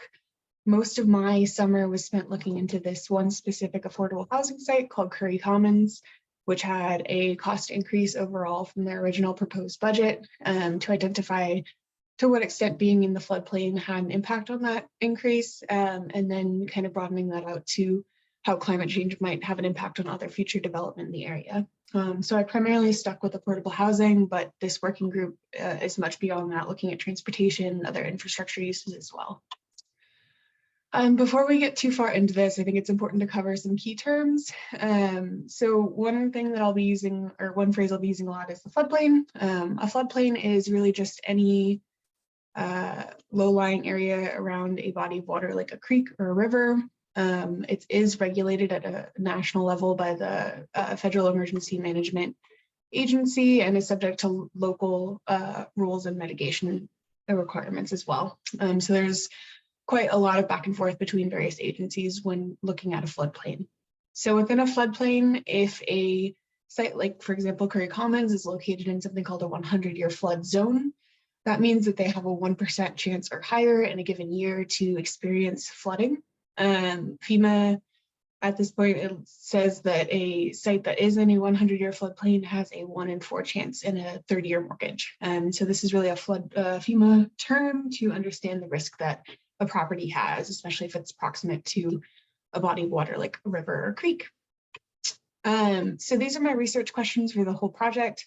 I'm going to get to question 1 last, actually. The other 2 I will not be covering really in this presentation, but was work that I did kind of to scope the rest of this project. So floodplain management was really interviewing with folks involved in floodplains in Hennepin County to understand who's involved and to what extent risk shapes that decision-making process. And outside of Curry Commons, I did do some interviews with other affordable housing and infrastructure sites across the county and the Twin Cities area in general. And then also looking at some global examples of how flooding has impacted other sites. And that's in the US, but also more internationally as well. And getting back to that first research question, which is really framed within Curry Commons and what this presentation is all about, is understanding how or what factors led to that cost increase that I mentioned before. And if being in the floodplain had an impact on that. So in order to do this research, primarily my method of choice was interviews with folks at the city of Minneapolis, St. Paul, and other cities, the county, of course. The developer in this Curry Commons project is Wellington Management, but there were other developers that I spoke with as well. And then Curry Commons is located in the Bassett Creek watershed, so I did meet with folks involved in the Bassett Creek, and then some nonprofits in the area as well. I use qualitative coding methods to understand these interviews and theme that data. And then I supplemented this work with some literature review, both on local affordable housing sites and plans and policies relevant to this study, as well as global examples, and then the interconnection between climate change and flooding. So for some context about the area where Curry Commons is located, I mentioned before that it is in the Bassett Creek Watershed District and adjacent to Bassett Creek. The area that Curry Commons is in has also been slated for redevelopment since the late 90s. This includes about 230 acres total, and it's primarily industrial land, which really means that it has a lot of contamination issues and toxic leach into soils in the area. And so you might be wondering, why would you build in an area like that? Well, it is very close to downtown Minneapolis, which is very convenient for folks that might be living there and want to work in the city of Minneapolis. There's plenty of established transit options. Highway or Interstate 94 is just nearby. There's also, of course, an interest in increasing property value and tax base for the city. And then there has been significant community support since that redevelopment plan was originally proposed, and that's continued to exist. There's been various community committees that are involved in this redevelopment plan. In the, I want to say late 90s or so, the Bassett Creek was actually channelized and moved underground, as was a lot of other creeks in the area. And so there has been a movement more recently to restore the Bassett Creek. And so that is of interest as well and could happen around the same time as this development. And then there is also concurrent redevelopment happening in the area as well. So getting into Curry Commons specifically, it is a 187 unit, fully rent restricted affordable housing development. I mentioned before, it is managed by Wellington, or the developers in the project are Wellington Management. And it is in the Bassett Creek, located in North Minneapolis, and does receive a variety of funding from federal, state, county, and city sources. It is expected to break ground in October of this year too. So the piece about being rent restricted and affordable housing, I will get into a little bit further down, but is important to remember that there's a lot of folks that would be living at this site specifically that are vulnerable, financially speaking, and so that does play an impact into thinking about this project. So some of the factors that led to the cost increase for this site specifically, some of them were more expected and known, and some of them a little less so. So the first two here, ground instability and remediated soils, were actually mentioned in the Bassett Creek Valley redevelopment plan that I mentioned before. This site is located, and the surrounding sites are located on a buried bedrock valley, which requires steel pilings to be driven deep into the ground to create stability on the site. That was relatively known. Of course, we know the cost of steel has gone up quite a bit recently, but still relatively expected and budgeted for. This site was previously owned by Warden Oil and was used as an oil recycling facility. So there was significant need for, it was a brownfield site, and there was remediation project in the early 2000s funded by the county's ERF project or ERF grant, and additional soil is likely going to be needed as that building is excavated and those toxic soils get exposed. So that was relatively expected as well. One thing that was not featured at all really in the Bassett Creek redevelopment plan, other than a plan to channelize Bassett Creek, which we know happened, was the risk that flooding would have to this site and surrounding areas. This is located in a 100-year floodplain and did require some additional conditional use permitting and changes to infrastructure and building plans to accommodate that flood risk. There's a lot going on in this slide, but I'll try to walk everybody through it. When we're looking at ways to regulate the floodplain, there are a lot of different folks that are involved in this process, and a lot of different ways to map that. So on the left is FEMA's very traditional floodplain map that is used by the city of Minneapolis to understand whether a site is at risk or not of flooding. The stars on both maps are where Curry Commons is, and I didn't have control over the colors, but orange on the left is the 100-year floodplain, and blue on the right is also the 100-year floodplain. So what's important to take away from this map is that on the left side, we see that according to the city of Minneapolis, the site is not totally within the 100-year floodplain. And actually, upon a first initial application review, the city said that the site was not at all within the 100-year floodplain and wouldn't require any additional use permits or changes to the building architecture. Also note, it is important to see that 808.4 is the elevation foot level that a building would need to be above to be out of floodplain risk.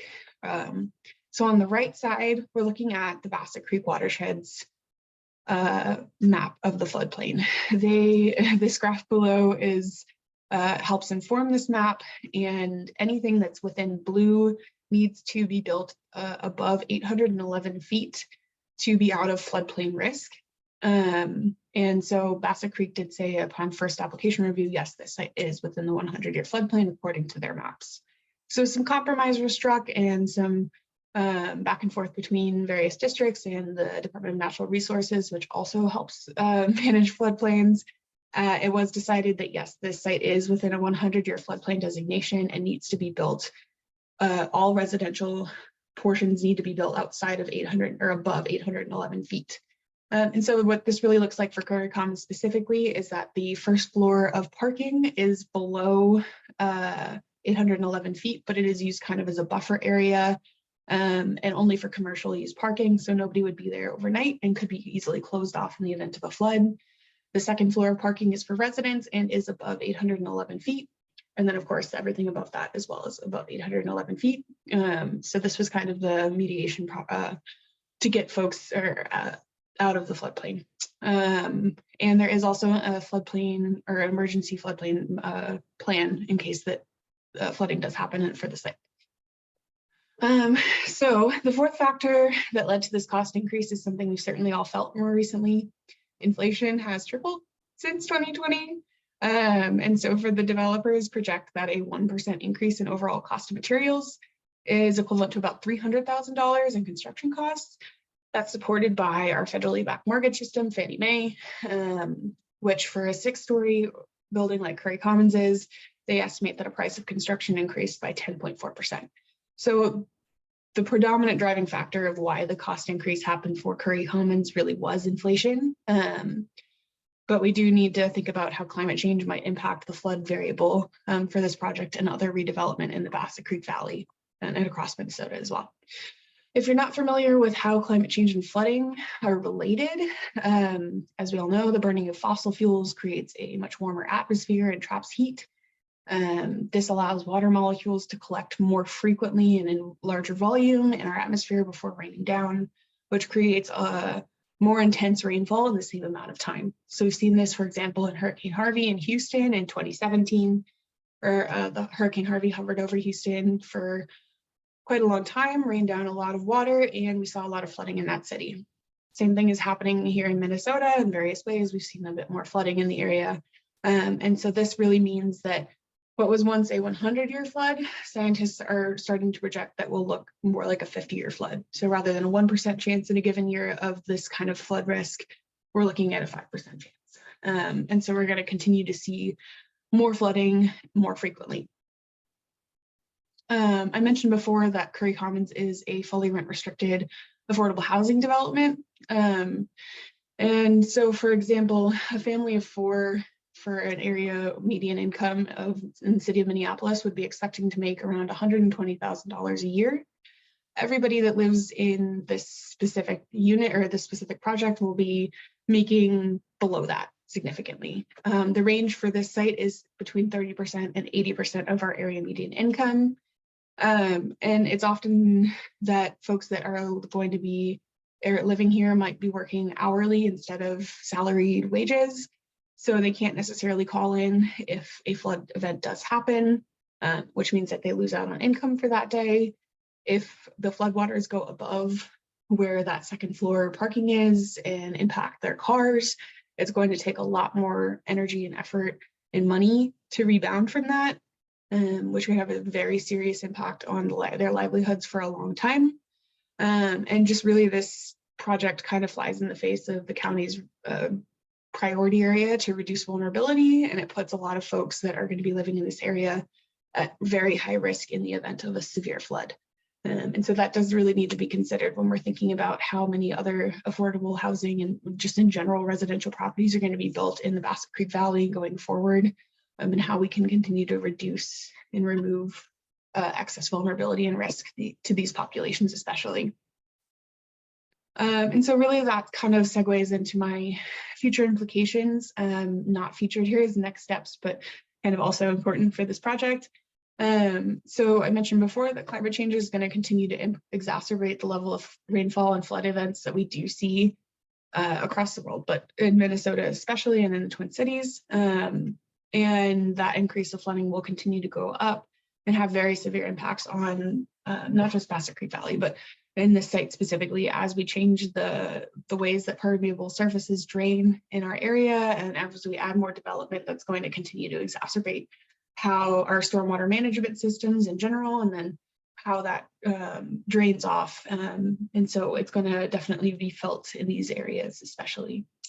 And so next steps for the project are, I think, most importantly for me stand out is to do a budget analysis for Curry Commons and really dive into the numbers of how inflation and other aspects of this project were impacted that bottom line for this specifically, and some additional literature review and looking at across the county. And then of course the working group has a much broader mandate than I did on this research project, so they'll continue to do this work in the future. And there is a report back requirement for the working group in October, so lots of work is still ongoing for this.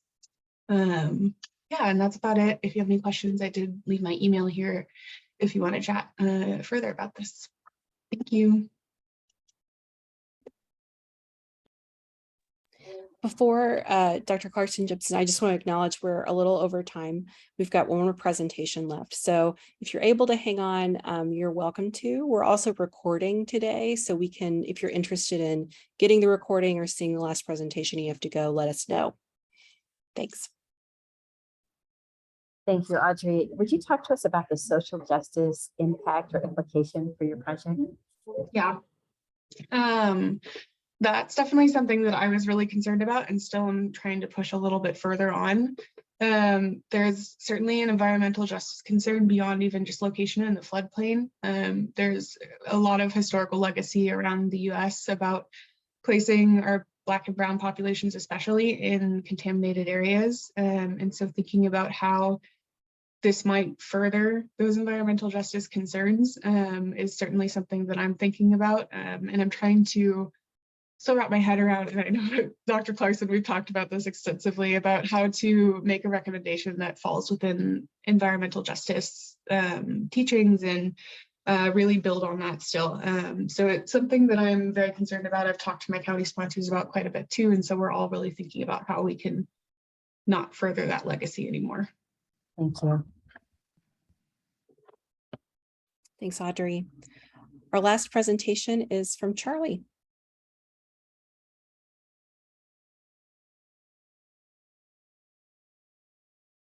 Okay, can everybody see my screen? Yes. Okay, perfect. So hi everyone, my name is Charlie Vang. I'm currently a second-year public health data science student at the University of Minnesota. And this past summer, I worked on the kindergarten readiness project.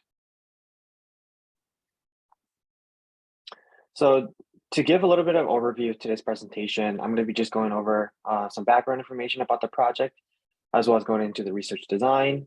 And then I'll be talking about the demographics and key findings from my study. And then I'll also talk about any recommendations and next step. And then I'll close off with any personal learning outcomes from my experience, my time here. So a little bit of background from Hennepin County. So part of my research falls within the disparity reduction the domains, where we're working towards reducing any types of disparities at the county. And so a part of my team for the summer, Krista, Meredith were my project sponsors, and then Vinny and G were my mentors for the summer. And then part of the summary of the problem of education is that from our understanding, education has a significant impact in the trajectory of a person's life. And so the quality of life is greatly impacted depending on the type of education that is attained. And so part of the problem is to increase educational outcomes among different communities. And one of the most important things to note is communities of colors are most impacted by education disparities. And so part of the project is wanting to highlight and understand these communities in greater detail. So the overall goal for the project is to really identify what type of resources or what type of practices are being used by parents in early childhood education, as well as better understanding what are the challenges that families have in accessing any services in the communities or at the county. So for the research design, my county team and I came up with 2 specific questions. So the 2 questions are: what communities and cultures and family practices are being used to prepare young children for school, as well as what are the challenges or barriers that are faced by caregivers in the community. And part of the data collection process, I wanted to do a qualitative data collection. So 2 of them were, one was a parent caregiver survey that was given within the Brooklyn Center and Osseo Public School district area. And part of my reasons for choosing these 2 districts is their high percentage of foreign-born and high poverty rates. And so I wanted to really focus on these districts, as I think these districts would be good to better understand how communities work. And then lastly, I wanted to do some key informant interviews, so connecting with professionals and community program members, just really understand from the professional side of things how they're perceiving families to be understanding these resources. So in terms of demographics for my surveys and key informant interviews, so for parents and caregivers, there was 13 total participants that I had conversations with. So 11 out of 13 were female, 10 out of 13 were white, and then the mean age was 32 years old. And these surveys happened in the Brooklyn Park and Brooklyn Center County Libraries. And then for key informant interviews, I had 6 total interviews. 2 of them were program managers, 2 were early childhood educators, and then 1 was an executive director, and 1 was a district liaison. So for my key findings for the research question, what communities and cultural practices are being used, or in a sense, how are families preparing their children for school? There was a few key outcomes I had from both parents and from key informants. So for parents, a lot of them use online resources, any educational guidelines that are available through the Minnesota Department of Education, or just anything online to highlight some of the milestones that children need to hit prior to going to kindergarten. So parents are utilizing those resources, and just any type of workbooks or hands-on activities that they can find or have access to. And for key informant interviews, they talked really about not just preparing children for school, but also preparing for families. And so educational literacy for parents was a really big one. Part of preparing a child for school is also preparing parents and giving them the resources to understand how to support their child. And then in addition, community programs that focuses on adult and youth empowerment. So I think that was a very important thing that I heard from key informants. Is, for example, like the Little Earth of United Tribes is an organization that really builds on the foundations of Native American families and supporting youth, as well as supporting families and parents in educating them about how to support their child. And then as well as any school programs that are community involved. So specifically I had a conversation with a director at the Brooklyn Center Community Schools, and they really emphasize on the importance of having available health services on school property, and giving that as an opportunity for students to be able to reach out to gain resources. And that's part of just creating an environment in which a student can thrive in. And so we want to mitigate any issues that prevent a child from being able to focus in school, whether it's with any dental problems or as such. And so I think that was a very important outcome from one of those key informant interviews. And then also they talked about parent connection groups. Part of education, there could be a bit of a mistrust, and so having that parent connection group that is from your community, or just overall a general parent connection group, was very helpful in just spreading awareness or sharing resources to different families on how they can help their child in certain instances. And then in terms of key findings of what are the challenges and barriers that are faced by parents and caregivers, for parents and caregivers, they talked a lot about having accessibility issues, and specifically to communities and county resources. And so I think that really comes at the expense of communication. And so a lot of parents I talked to, they weren't aware of any available resources at the county or any community resources. And that's in addition to that is there's also difficulty navigating resources or programs. If I understand that there is a resource available, how do I navigate it and how do I gain that resource, was something that was talked about and highlighted in the conversations that I had with parents. And one of the very interesting things I had a conversation with was with two of the parents were actually educators, and they talked a lot about how them being an educator gave them an insight into certain resources that are available. And so without being educators, they wouldn't have that knowledge. And so I think that was something important for me to highlight about how important it is to continue to educate and improve communication to the communities on available resources.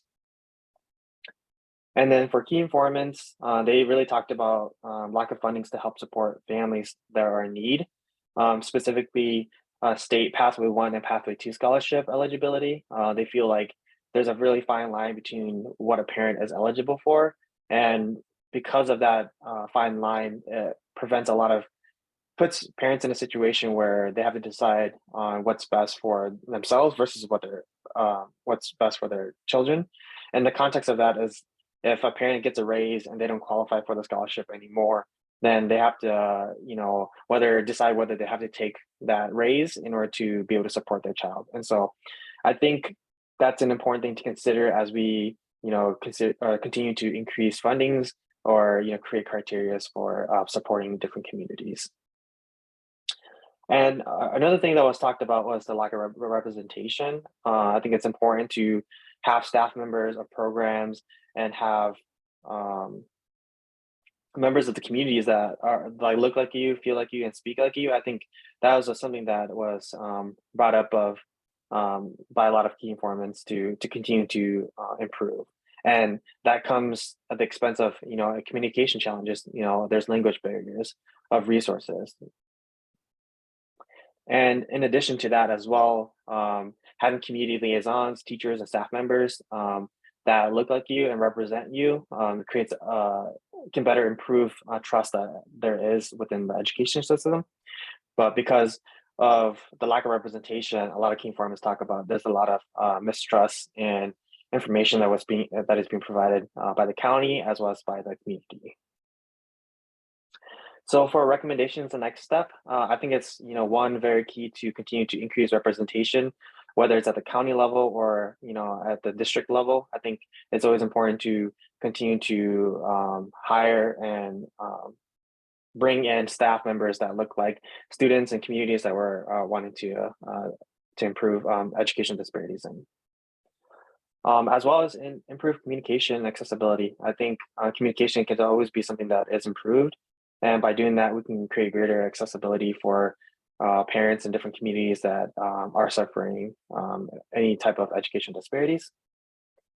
And then increasing funding, I think that's also something that is always a conversation to not only increase fundings to help support families, but also increase fundings to help support our staff and schools to be able to support families in early childhood education.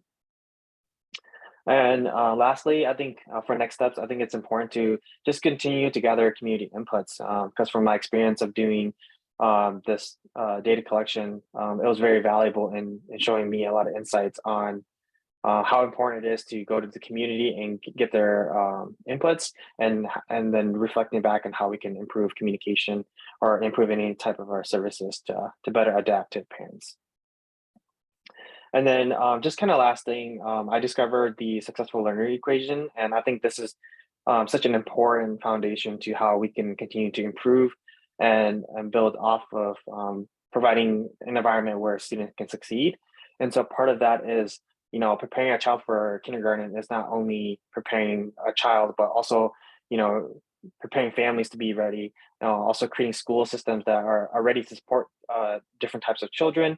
As well as providing community support and getting them ready to help support their children, and as well as creating systems and states that is willing and ready to also support children as well. And so I think that's the model that will create the environment and conditions that allows a student to be fully successful. And so for project learning outcomes, I think one of the most challenging thing was time, not having enough time to do more data collection and not having enough time to connect with the community a little bit more. And so I think one of the biggest challenge too was also representative data. So as I mentioned previously, a lot of my data were 10 out of 13 were with white parents. And so I would love to, with time, be able to connect with different communities and different families, especially communities of color, to be able to get their insights on this research idea. And I think the most exciting thing was just being able to connect with communities and being a voice for them, just having the opportunity to give the microphone to the families and get their input and then compare that to the county or the state level on the type of resources that are being used.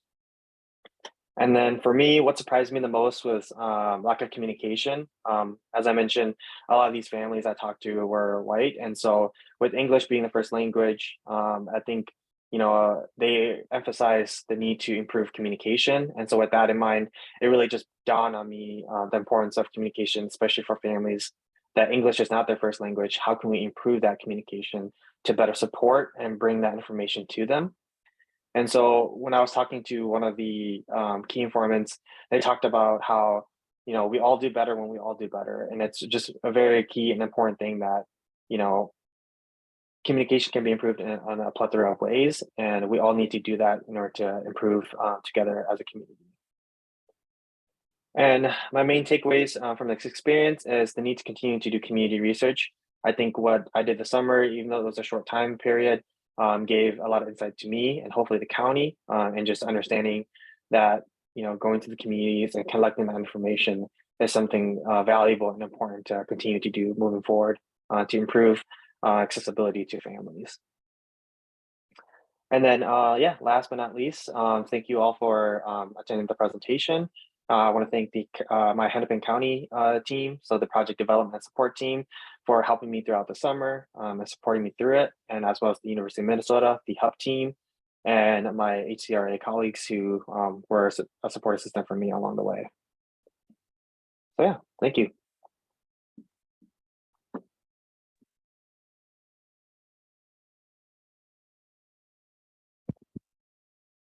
Thank you, Charlie. Since you have the last presentation, my question to you is very general. Which project do you think yours is most closely associated with? Which other project? Yeah, I think that's kind of tricky because I think it does tie into little pieces of everything, but I think with Vanessa's project on digital equity, I think that has such an important thing or important role to play, because part of getting the resources out to the community, they go through social media or any type of internet, and so having that digital access to a broad band of communities just creates great accessibility to families in applying for services or receiving that information. So I think that's one that aligns pretty well with. And there was no wrong answer, so thank you. Thank you. Thank you, Charlie. And thank you to everyone who stayed on. We really appreciate your time and your support, and we will continue to see how things go next summer, and we'll be excited to report back in. Thanks to all of our fantastic students. I'm going to switch to gallery view so we can see you all. Thanks, everyone. Take care. Thank you so much. Have a good day. Bye-bye. Bye.